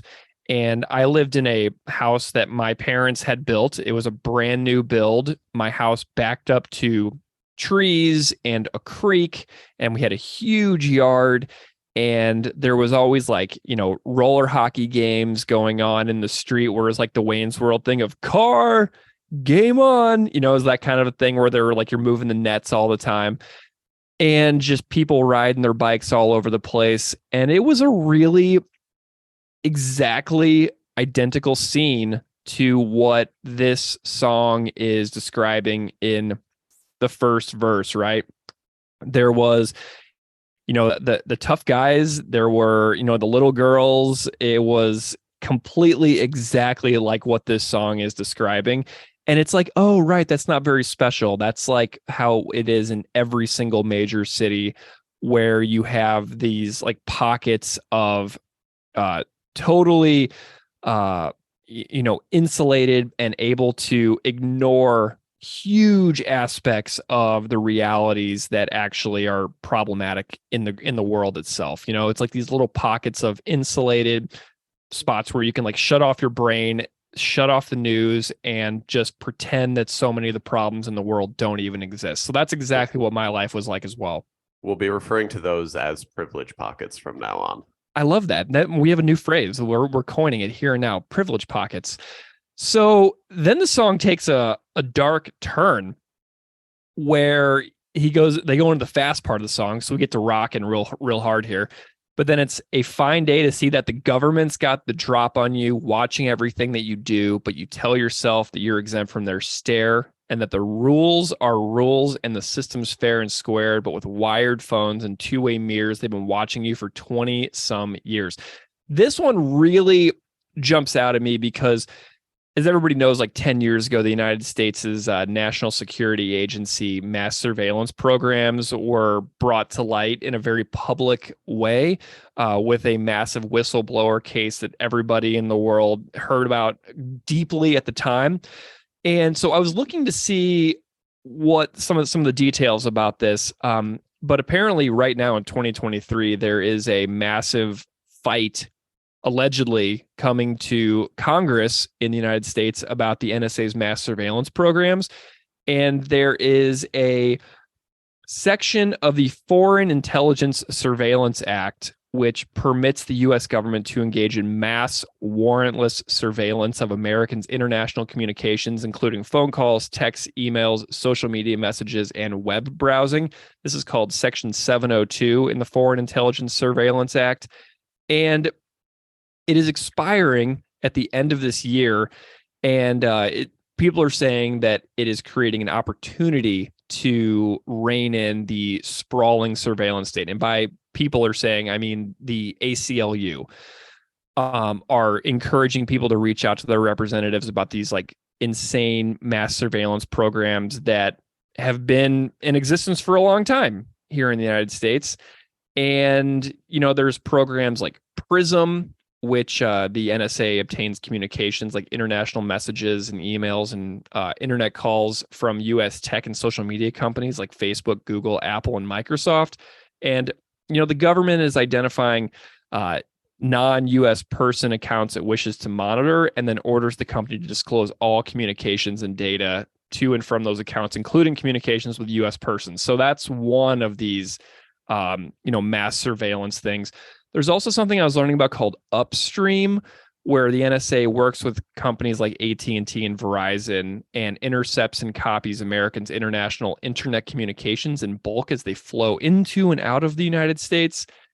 And so the NSA searches for key terms like email addresses and phone numbers that are associated with its hundreds of thousands of foreign targets. And then communications are determined to be, from those targets.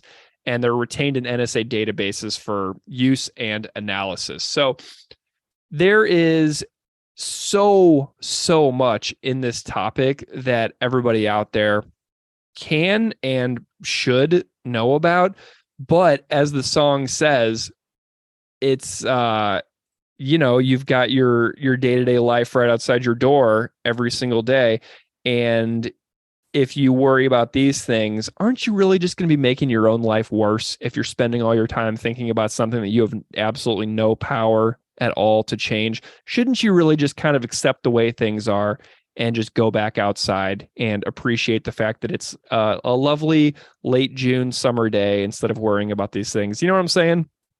Oh, I know exactly what you're saying. I have kind of like an interesting perspective on this whole surveillance thing. So I want to say like 18 years ago, I did some consulting work for a popular social media company. Mm-hmm.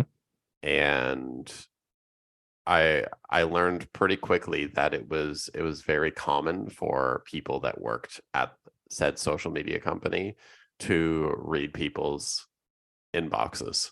Oh yeah. I mean, I just presume that that's entirely the case.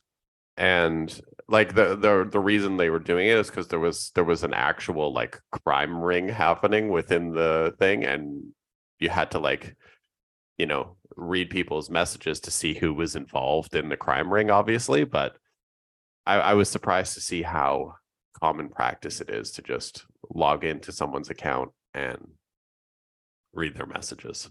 Yeah. I mean, I just assume that that's very normal, you know, and that absolutely everything on your social media accounts, whatever you use, can just be accessed pretty much by anybody with the admin, powers within the main headquarters of these places that people work at and program for and troubleshoot for and do tech support for. I just presume that that's all instantly available to them if they have your username, and that's it. There's nothing really that can be done about it. It really, we've done some deep dives into social media. I think when we did the status update episode a long time ago, like I have found some stuff that was just completely ridiculous and insane. And, years later, here I am still using all those exact same platforms. It's one of those things where you either play the game or you remove yourself from society. And it's unfortunate that those are the two options. Yeah. Well, and so then it goes into this next line where it's like, but you don't even care. Got your health, got your hair, except for me. I don't have any hair. Got a skateboard and a Jag. I think it says Jag. I can't really hear what he's saying. And some of these lyrics are not published in the genius.com or in the Quantity is Job One liner notes. So this line, I guess Chris took it out on purpose when they made those liner notes, because this is not in the booklet, and I can't exactly make it out. But I think he's saying you got your Jag. It's like a Jaguar, like a car. Yeah.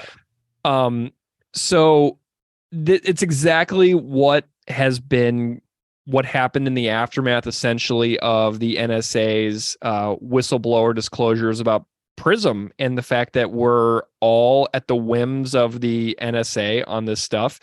And 10 years later, after those revelations, we're still just going about our business. And the NSA or the ACLU is like, please reach out to your representative. This mass surveillance thing is expiring at the end of 2023. You have a say. And I'm like, do we? Do I really? Do I have any power to influence this whatsoever? But it's just, this song is just so funny, and that it describes what is happening and above our heads in these like mass surveillance organizations. And then it's like, but hey, at least I got my health, and I've got my toys that keep me appeased.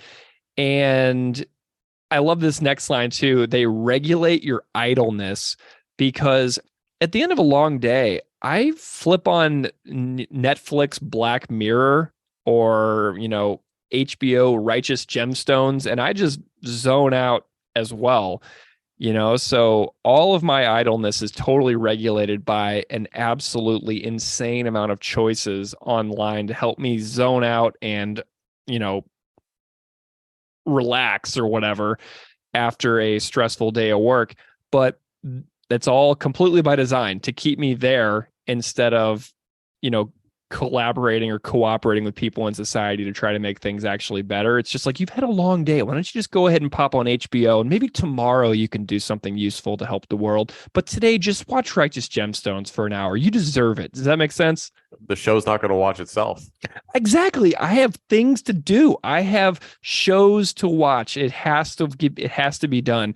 So it's one of those things where we just get caught in this spiral of continuing to consume these shows and be like, oh yeah, I have these goals of like how to like help make society a better place, but man, I'm so tired today. Tomorrow I'll worry about that. Tonight I'm watching Righteous Gemstones.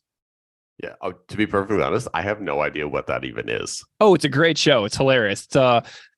It's a show with John Goodman about a super church pastor who there's a lot of in-family corruption and stuff like that below the surface. It's absolutely amazing. But then we've got these next lines. You agglutinate and acquiesce. This whole goddamn world's a fucking mess. And so I love the use of a gluttonate, and it's just talking about our snacking tendencies, and how you just, you kick back with a box of, a takeout box of chicken wings or whatever, and sit back on your couch and watch HBO Max on your TV, and you just give up for the day, right? You are sitting there just consuming this food, and you are acquiescing to the fact that you have no power to, rein in the surveillance apparatuses that are above us all in our lives. And the whole gluttonate, it really brings that whole term. When I think of that word, all I can think about is American fast food industry. Oh, and yeah. how just like it's even different to like the Canadian fast food industry. And like when we were in Detroit recently, the only thing open after the festival was White Castle. So we obviously get, the Impossible sliders or whatever. It's like a small soda there is literally like our extra large. Wow. It's insane. Yeah. You get a literal bucket of soda. Yeah. Yeah. And what that does is it creates a society which is completely unhealthy, with no energy whatsoever to fight for a better world, because we have been just fed all of these things that we're completely addicted to. Our food is so addictive. The nutritional value in something like a flamin' hot Cheeto is designed chemically to keep you hooked and consuming these like hydrogenated foods. And so you get super out of shape. You have no nutrition, so you're completely exhausted. You've got an overwhelming amount of choice on your TV streaming apps, and you just kind of give up in the face of the overwhelmingly horrible aspects of society, such as having no guaranteed paid parental leave when children are born, no access to universal health care. Whenever you do have health care coverage and insurance, you are at the whims of being denied for certain claims by your insurers. It is like this endless spiral of bad things that are, could be changed, but won't be, because of what the song is talking about: our idleness, our agglutination, our acquiescence, and the mess of the whole thing, which is so messy that in order to address it would take actual sustained effort. But what we do instead is we elect people who don't have any actual ideas for how to make society better. We elect people that appeal to our complete base worst instincts about how can we vilify tiny, powerless, small groups of people as being the real problem in society, which is just a massive distraction to keep us arguing and to prevent us from actually making society a better place. I don't know. It is absolutely mind-boggling. But hey, the sun's out and we're in River Heights, my lovely suburb. And so it's a giant mess. It really just makes me crazy to think about. The other thing that I think about when I think of the term agglutinate, sorry about these tangents, but I love it, is these absolute clown show people that went down in this submarine. Oh my gosh, I know. Oh man, 250 grand a person to get catastrophically imploded to go and see the Titanic, which is like a literal graveyard a couple thousand meters down below the surface of the ocean. Just absolutely crazy. Shout out to the Titanic, though, for still taking down rich people 110 years later. Wild, huh? It's completely wild. And I'm just wondering when the next person who's going to be like, it's not going to happen to me, and they go down there in another one of these submersibles. The craziest thing to me about that submersible is the fact that it can't be opened from the inside. So even if they would have been like bobbing along 6 inches under the surface of the ocean, and they could have just opened the door and like immediately been like in the fresh open air, they wouldn't have been able to do it. Like they would have never known where they wouldn't have been able to get out even if they were 6 inches underwater. It's absolutely nuts to me to think about the hubris and the insanity and the ego maniacal tendency of people who take on the ocean in such an absurdly extreme way. One thing that everyone should absolutely do at all times is respect the ocean. Oh my gosh, absolutely. You can be, man, I have a story about that. In 2007, I got a job at a YMCA camp in Hawaii called Camp Erdman. And Camp Erdman is famously known locally as the site where the TV show Lost was filmed. So all of the yellow houses on the TV show Lost are actually camp cabins at this YMCA camp that I used to work at. So the first day that I moved to Hawaii from the middle of Missouri, notice the major difference here. Missouri has no ocean. Hawaii is surrounded by ocean. So I go there, and this guy from Chicago, also with no ocean, and I take out these kayaks and we just get into the water and we're just paddling around. And then all of a sudden we notice that we're like half a mile down from the camp. Like we look back at the shore and camp is way off in the distance down the shoreline.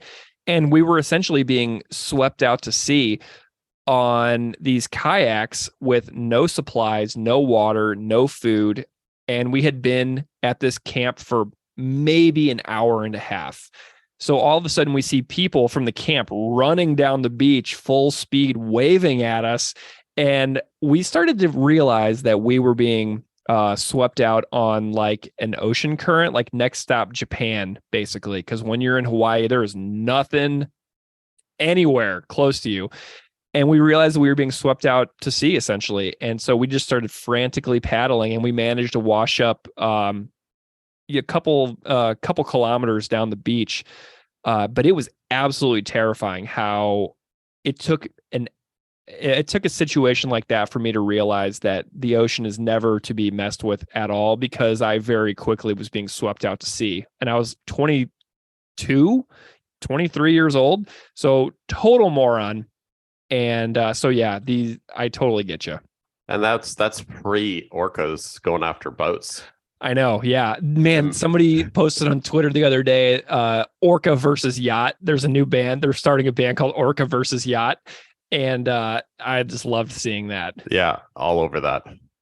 Okay, so let's talk about the other version of this song. War is Peace.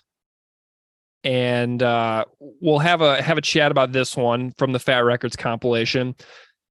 So we've got this opening lyric. 4 more years of war is peace, ignorance is strength, and slavery is freedom. So from the book 1984, these slogans were created by an entity known only as the Party, but this is in 1984. And it's, the words are written in like enormous letters on a white pyramid at the Ministry of Truth, which, they're obviously contradictory statements, which is indicative of the concept in the book 1984, doublethink, which is what the book is very famous for, getting people to, doubt their own intuitions, getting people to accept things that are, contradictory to common sense. And the motto is written on a government building for the Ministry of Truth, which suggests that the author is trying to convey that these statements are somehow true for the society that has been constructed within the novel itself.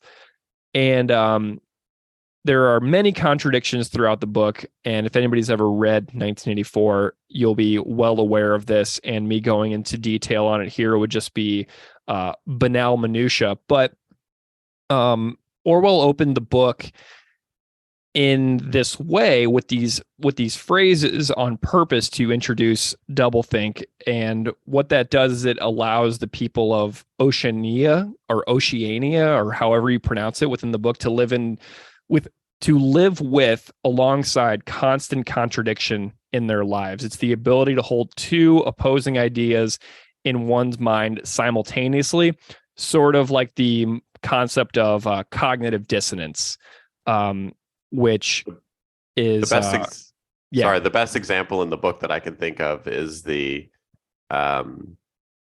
Oceania is at war with Eurasia, and then Yeah. not at war with Eurasia. Like it's just constantly flip-flopping and no one actually knows. But that's like the theme that kind of continues throughout the book, is that one specifically. Yeah. I love that example. It's been 10 years since I've read 1984, but I've read it twice, and every time you get something new out of it.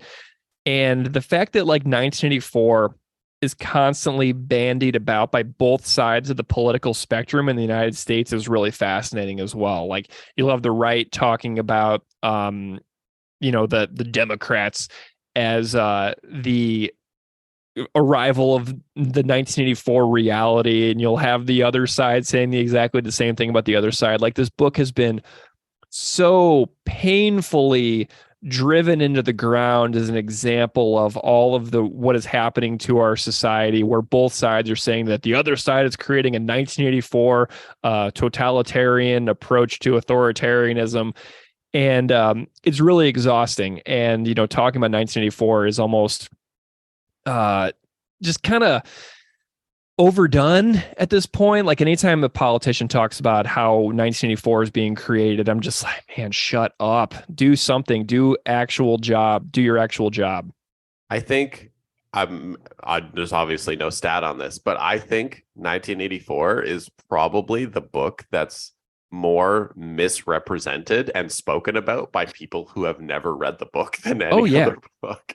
I think you're right. Crazy. Yeah, I think that you're totally accurate in that. And I've read it twice, and I even struggle to really talk about the book because there's so much to it that it's just become a caricature of itself in like the modern media discourse. Like the people who are talking about it can't even really refer to any examples within the book. They just use it as like the scary thing. So they just end our conversations with 1984, and you're like, sweet, I love Panama.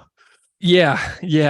So we've got this the next line, which I really love, and which is extremely complicated. May all your interventions be humanitarian. So this is a really deep line that goes into so much history that is, could be an entire series in and of itself. This one line could be, and maybe is, a podcast series in and of itself, the subject of countless books. Humanitarian intervention is defined as actions undertaken by an organization or organizations, usually a state or a coalition of states, that are intended to alleviate extensive human suffering within the borders of a sovereign state. So if you think about the history of human conflict, you have all these little conflicts that spring up, and what happens is you assess what is going on in a spot. You predict and analyze what sorts of violence, casualties, and loss of life is occurring. And then you weigh the possible outcomes and negative consequences of what would happen if a government or an army or a military or an alliance of these would get together to stop or intervene in what is happening. So the term humanitarian intervention is bandied about as something with a greater purpose, right? To save a group of people in a place that are being victimized in some way. So you weigh the pros and cons of going in and stopping what is happening. And so some examples of candidates from like the 1990s. So some prime candidates for 1990s interventions were often listed as Sudan, Rwanda, Angola, Somalia, Burundi, Liberia, Iraq, Sierra Leone, Bosnia, and Chechnya. So if you take an example like Chechnya is next to Russia. So intervening in a place that is right next to Russia, what happens is you assess the likelihood of retaliation from a neighboring state like Russia. Right? If you intervene in a place like Kashmir, which is right between Pakistan and India, if you don't involve these nuclear states in an intervention plan, then what are the consequences that, stem from that? So weighing the pros and cons of intervening in a place where violence is being done is makes my mind spin when I think about it. And so how does someone do this and not make the problem worse or cause far more deaths than would otherwise be occurring? Because an intervention can go so badly and make a problem so much worse, which, I don't know anything about this stuff. This is like so far beyond my ability to comprehend, because you can cause so many more deaths than would otherwise be occurring by intervening, quote unquote, in a humanitarian way. So pretty much no matter what, with interventions and without interventions, deaths occur, people suffer, casualties occur. The force attempting to intervene in a humanitarian way will almost certainly cause plenty of bad to also occur. So this is a crazy amount of like weighing options that I know nothing about. It's because at the end of the day, we're talking about humanitarian intervention, but like, even of the places you listed, how many of those interventions, air quote, were truly selfless in that the actual intervention was taking place? Like the people doing the intervening are always usually going to get something out of it. Yeah, like oil reserves. Take something out of it, right? Yeah. I mean, if you think about like heavy metal mining for things like technology, if you have like oil drilling for, running our entire economy, like there's products and extraction that occur through these interventions as well. So who is getting what, who is losing what, and how much extra violence and problems are caused, but there's always going to be money involved and, extraction of resources for sure. It seems like. It's like a international version of being squeezed by the mob. Like, we'll help you out, but it's going to cost you. Yeah, that's a really good point. And then we get into the election stuff about this song. 4 more years of pay-to-play politics, power, and influence. 4 more years of legalized bribery and served corporate interests. It really reminds me of like it's a complimentary song to what is being described in the state lottery from Less Talk More Rock. Does that feel like a complimentary line to you where they kind of speak to each other? Oh, absolutely. Yeah. I have no money. So any illusion of influence I could ever have is just like the tiniest sliver where, like my power and influence is like I go on like the Resist bot like app and I'm like, send letter to my representative. And I like write my little piddly complaints. And then I get the standardized form letter response from some congressional aide 9 weeks after I send the letter in the app. So I've accepted that I really have not much say whatsoever. And like, I was thinking about Buffalo as well. How a person who runs for office can just flat out cause certain projects to happen or not happen, like seemingly on a whim, like depending on who is your biggest donors. And when I look at the ways that developers are prioritized in all ways in Buffalo, New York, how almost every bridge is rotted through, how every road is bad, I see this happening all the way down to the local level as well.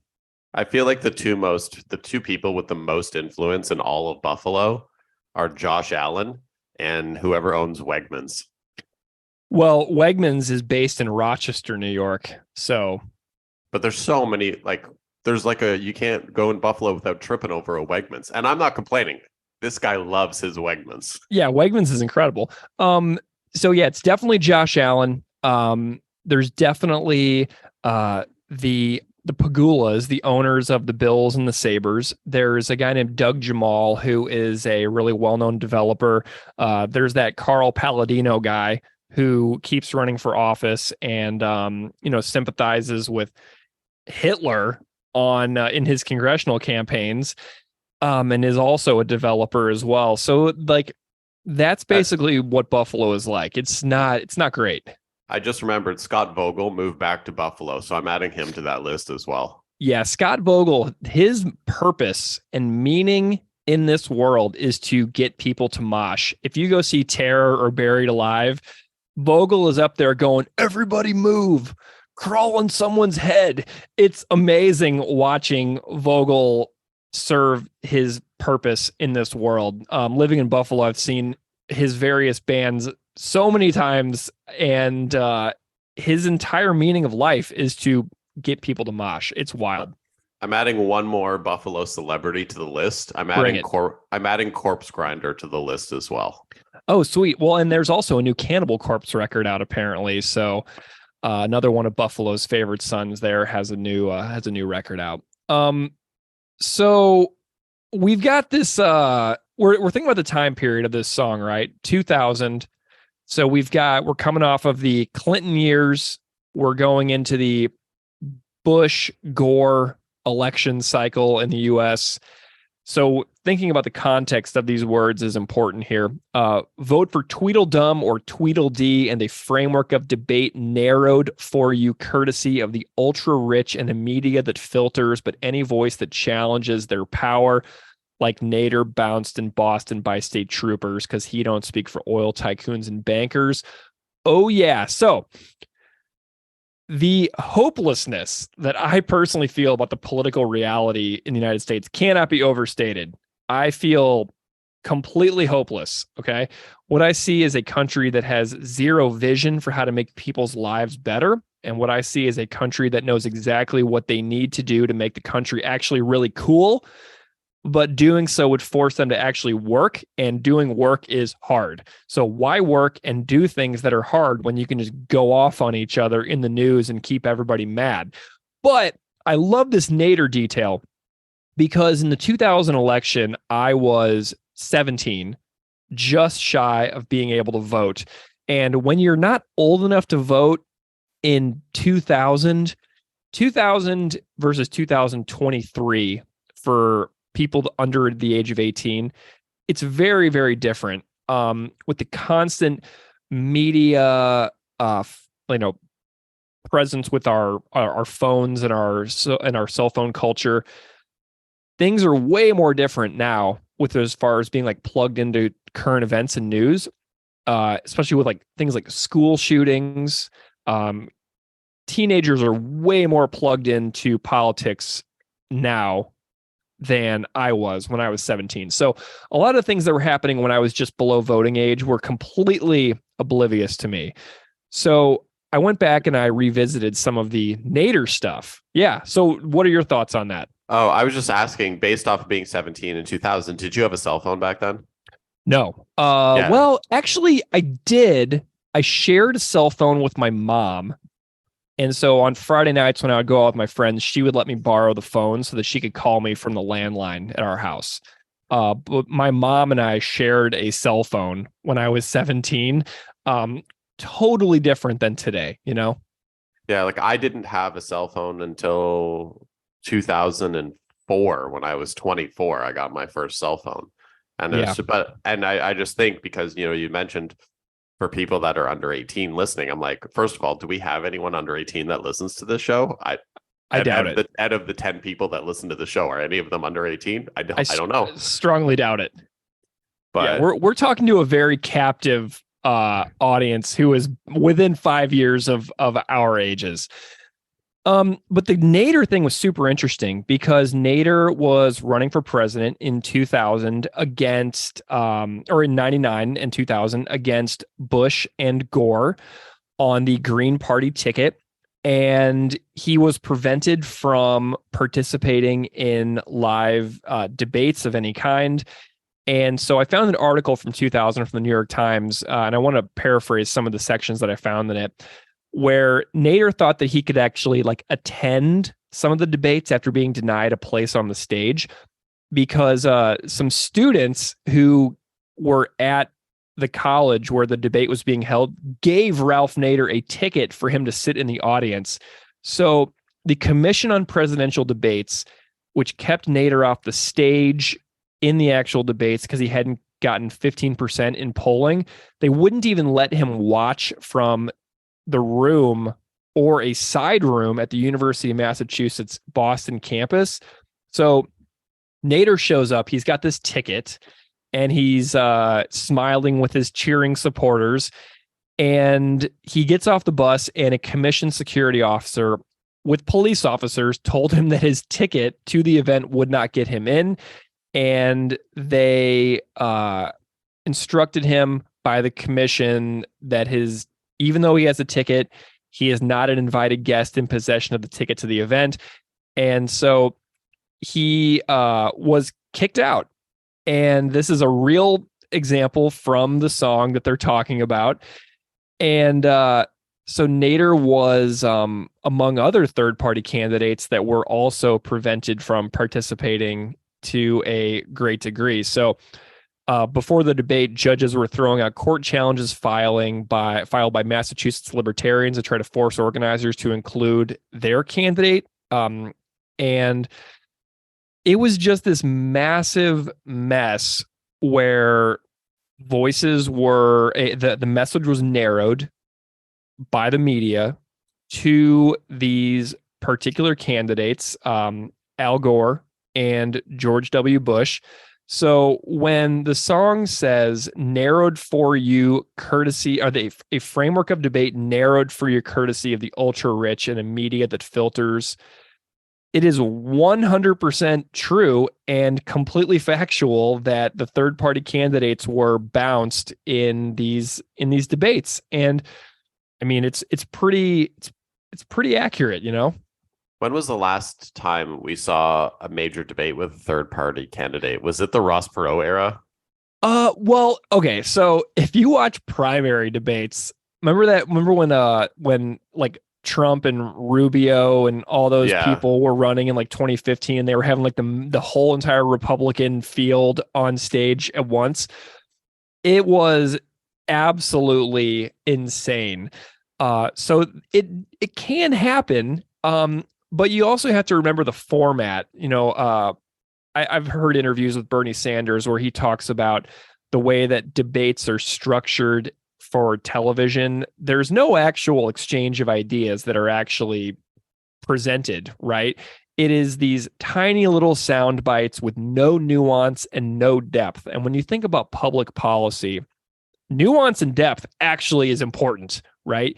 There's no way to talk about an entire plan for reviving the completely horrific infrastructure of the United States into a way that you can televise on a live debate and actually have it make any sense with any nuance, depth, and specifics. So the way that we receive information in these debates is completely useless in almost every single way. And all it does is it just makes everybody angrier instead of more informed. So watching them is a real struggle.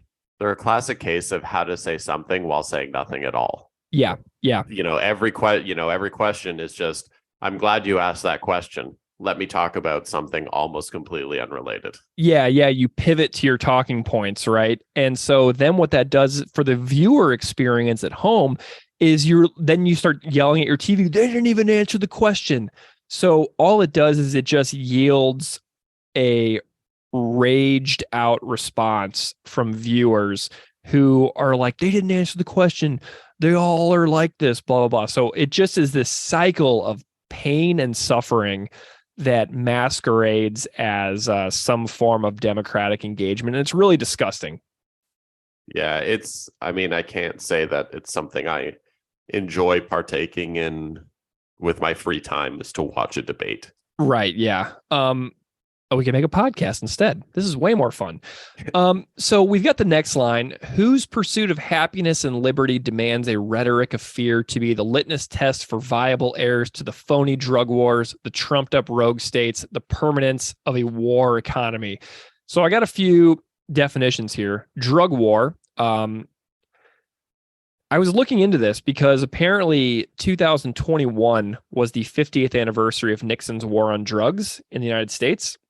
And so much money that could be spent on improving neighborhoods, beautifying crumbling places, making amazing public transportation has been spent on creating a nation of imprisonment and a permanently impoverished areas of society.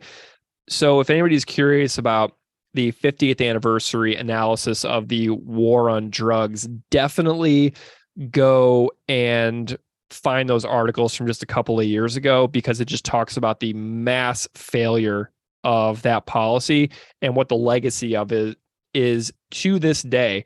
In a time when states are all individually passing legislation legalizing certain things that were criminalized for decades.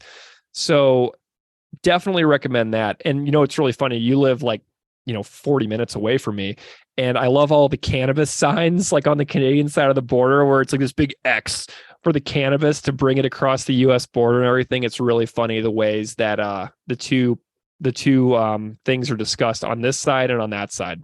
It's legal in New York now, right? Yeah, but the New York State legislative process is such an absolutely horrific joke that they've been trying to establish legalized stores and dispensaries for a long time now, but they can't make any decisions together. And so it's legal, but it's also like a complete joke because New York State is such an absolutely terrible place. So yeah. I say this because last time I was down there a few weeks ago, when you were in, well, I guess a month ago, when you were in Atlantic City, I was down that weekend, and I drove by, like when you get off the highway, I go kind of along the waterfront part in Buffalo, and I noticed like a dispensary there, and I was like, I've never seen this before. Yeah, there's limited permits are starting now, I think, but it's been an absolutely ridiculous spectacle for the last 3 or 4 years. Yeah, I can imagine, because I'm up here, like every third business on certain streets is a dispensary. Oh yeah, it's everywhere. Okay, so then we've got this next term, rogue states. This is a term which is applied by some international theorists to states that they consider threatening the world's peace, and they meet certain criteria, such as being ruled by authoritarian or totalitarian governments that severely restrict human rights, sponsor terrorism, or seek to proliferate weapons of mass destruction. The term is used most by the U.S., although the U.S. State Department officially stopped using the term about the time this song was released in 2000. In 2017, at the UN, the U.S. president used the phrase publicly in a speech. In 1994, so we're thinking about the 90s leading up to the creation of this song. I found an issue of Foreign Affairs from 1994 where the U.S. National Security Advisor Anthony Lake labeled 5 nations as rogue states: North Korea, Cuba, Iran, Libya under Gaddafi, and Iraq under Saddam Hussein. And some critics of U.S. foreign policy describe the U.S. as a rogue state, which is very worth examining for listeners out there. There's a book called Rogue State, A Guide to the World's Only Superpower, which came out in 2000 by a man named William Blum, which suggests that U.S.-led interventions around the world during and after the Cold War have threatened the world's peace. And Noam Chomsky has also described the U.S. as a rogue state after the assassination of Qasem Soleimani. It's, nuclear proliferation and large numbers of nuclear warheads are the second in the world. The sponsorship of terrorists and guerrilla groups to overthrow opposing governments, especially in Latin America, the violation of human rights in wartime are all suggested of rogue states. And the argument is also being made by climate activists around the world that the U.S. is a sort of rogue state leading the planet towards ecological collapse through obstruction of actual efforts on climate relief and climate change efforts. So, so I bet a lot of people out there probably have a lot of thoughts on the U.S. as a form of rogue state as well. I'm not going to argue with any of that, but you go to the U.S., you can also get Baja Blasted at Taco Bell. So yeah, I mean, I had a Baja Blast, I don't know, 6 days ago.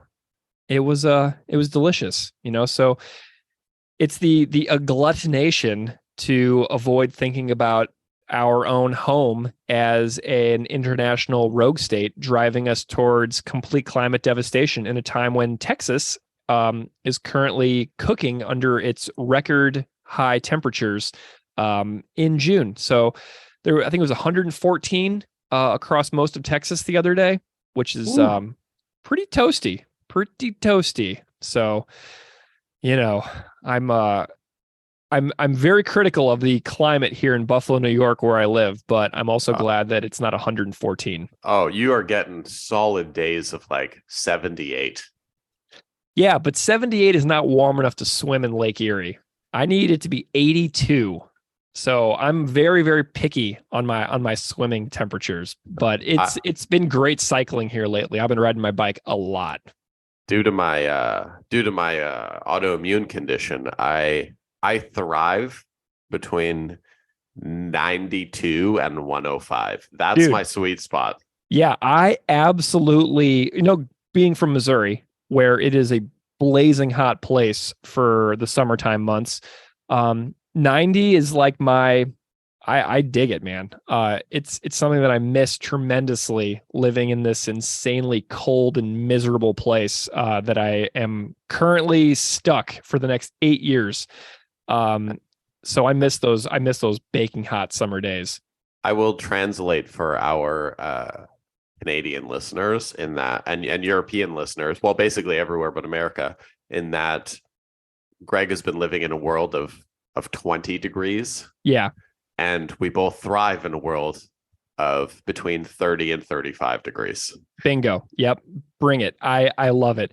30 Celsius. Amazing. Love it. Okay. I will now go back to fantasizing about baking hot summer days, but not 113. Texas, you are too crazy. What is 113? Is that like almost 50 Celsius? It's probably close to, I'd say, like 44-ish. I'm doing as pure guesswork in my head. Yeah. But I remember one day when I lived in California, I would drive out to Borrego, like just the desert, like kind of 2 hours inland from San Diego. And I remember driving out there one day, and the temperature thing in my car said 46 degrees Celsius.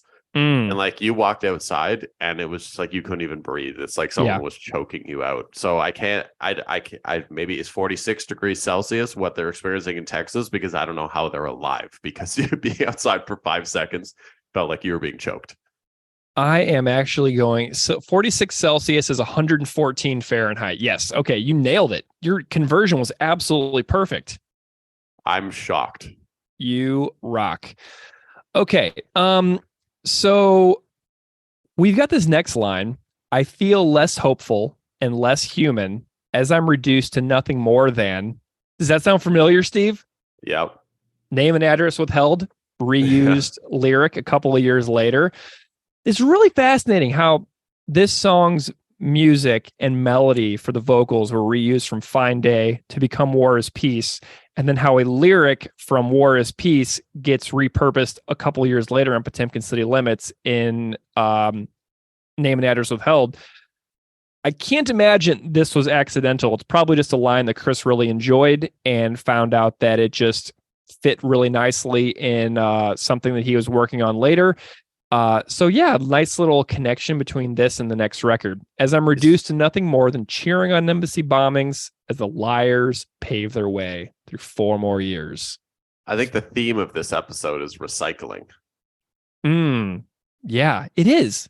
It kind of is. I love that though. I love seeing the process, the creative process of seeing how things can get adapted and adjusted over time. It's really neat to witness that process, because for your favorite band, so obviously Propagandhi is my favorite band, seeing the behind the scenes meat and potatoes, the creative process of how things get adjusted and changed over time.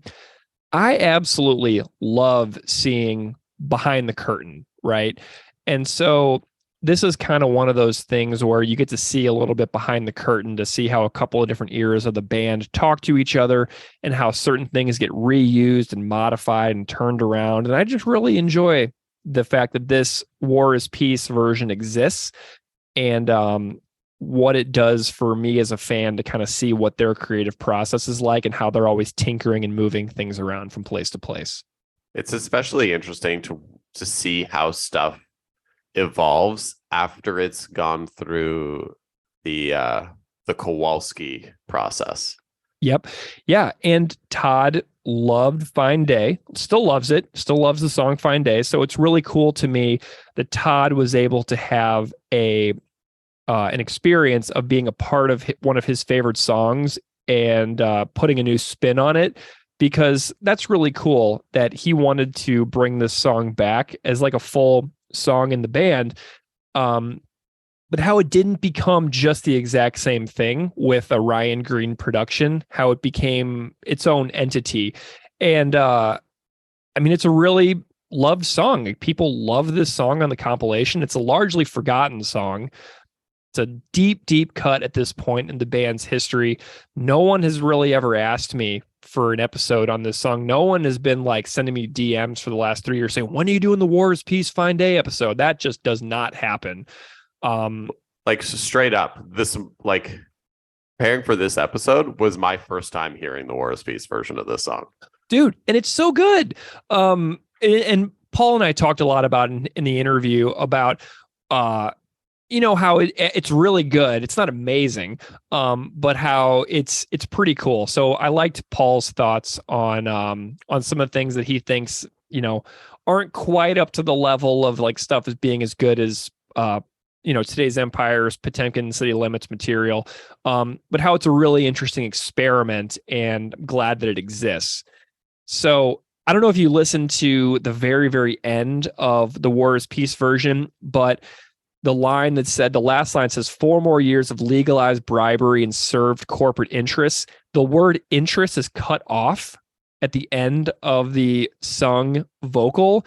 So it is essentially sort of like symbolically silencing the band, right? I'm absolutely certain that the word interests was cut off on purpose and shortened at the very end, sort of like as a little being like, I'm standing up against this ridiculous 2-party system of Tweedledum and Tweedledee, and the notion of how ridiculous humanitarian interventions can actually be, but they get silenced at the end because really these things are just going to keep happening whether or not they protest against it or not. So I really like the way that the word interest was like purposefully cut off at the end there. It's a fun little Easter egg. Yeah, really cool. Because when you're, 17, 18 years old, driving around with this compilation playing in your car speakers and this song plays through the end, you're not going to notice that the word interest is cut off when you're just driving down the highway with the windows down and this song cranked up super high. So it's nice to listen to it really closely and notice that little cut off at the end. Any other thoughts on War is Peace that you haven't gotten to say? Because I've just been motor mouthing for the last 20 minutes. No, I kind of am aligning with a lot of the stuff you're saying. And when it comes to both songs, I prefer the Fine Day version to the War is Peace version, like I said earlier. So cool. Nice. It's kind of fun how they're both sort of about the same thing. You know what I mean? Yeah. The lyrics are totally different, but it's kind of like about the same stuff, right? The lack of power, the contradiction of, having this beautiful life, but having this really ugly, like, surveillance state on top of us, and then taking the surveillance state aspect of Fine Day and then tying in 1984 and seeing how the song has totally separate lyrics, largely about the same content and topic. So that's kind of a really cool little aspect, that they didn't change really the meaning of the song a whole heck of a lot. But yeah, Todd said that Fine Day was a lot more personal feeling to him. So, because it connects way more to people's ordinary lives who grow up in like suburban comfort, privilege pockets, because so many of us did. So I am with you on the fact that I like the words more to Fine Day, because it connects to my life a lot more than Ralph Nader getting bounced from a debate. You know what I mean? Oh, 100%. And like I said earlier, I feel like just the juxtaposition between kind of the lyrics and the Fine Day and all that with the rawness of the recording in the quantity version, I feel like go really well together. Not that, like, obviously, everyone loves a nice, really polished off Propagandhi song, but the rough around the edges is I think where this really shines. Yeah. I found a band who covered this song at a live show. The band was called The Corporate Life. This cover is from 12 years ago. But I want to give you a little taste of a band that I found on YouTube covering this. So that Corporate Life cover sounds like this.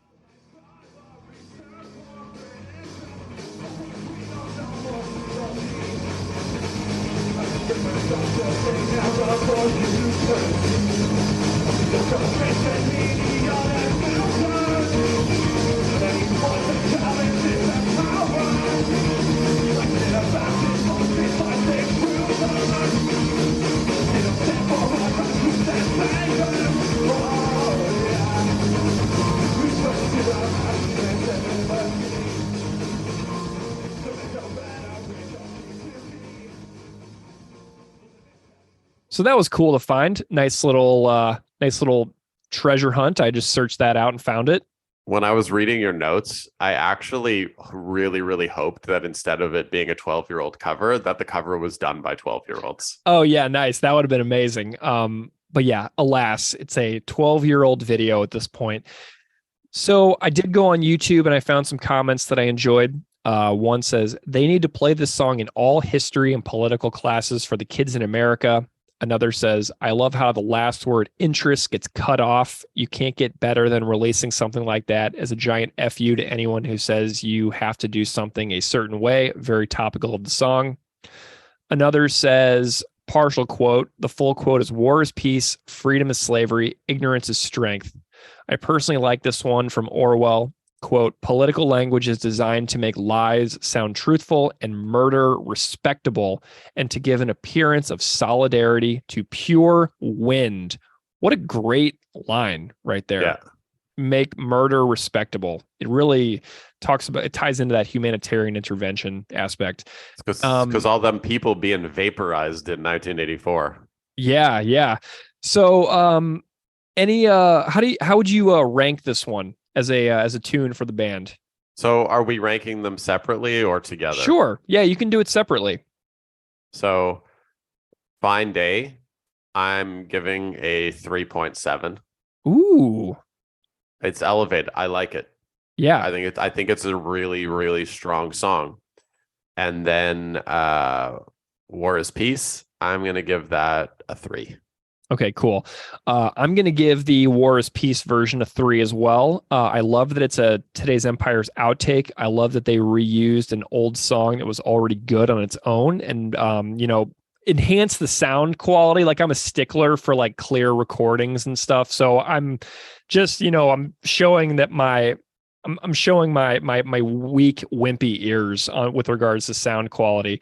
I love that it flashes back to a time in my life when I was like, before I was like becoming politically aware, like the Nader stuff, the drug war stuff, the rogue state stuff. That was really interesting to investigate a little bit. It was interesting to learn a little bit more about the PRISM surveillance programs at the NSA.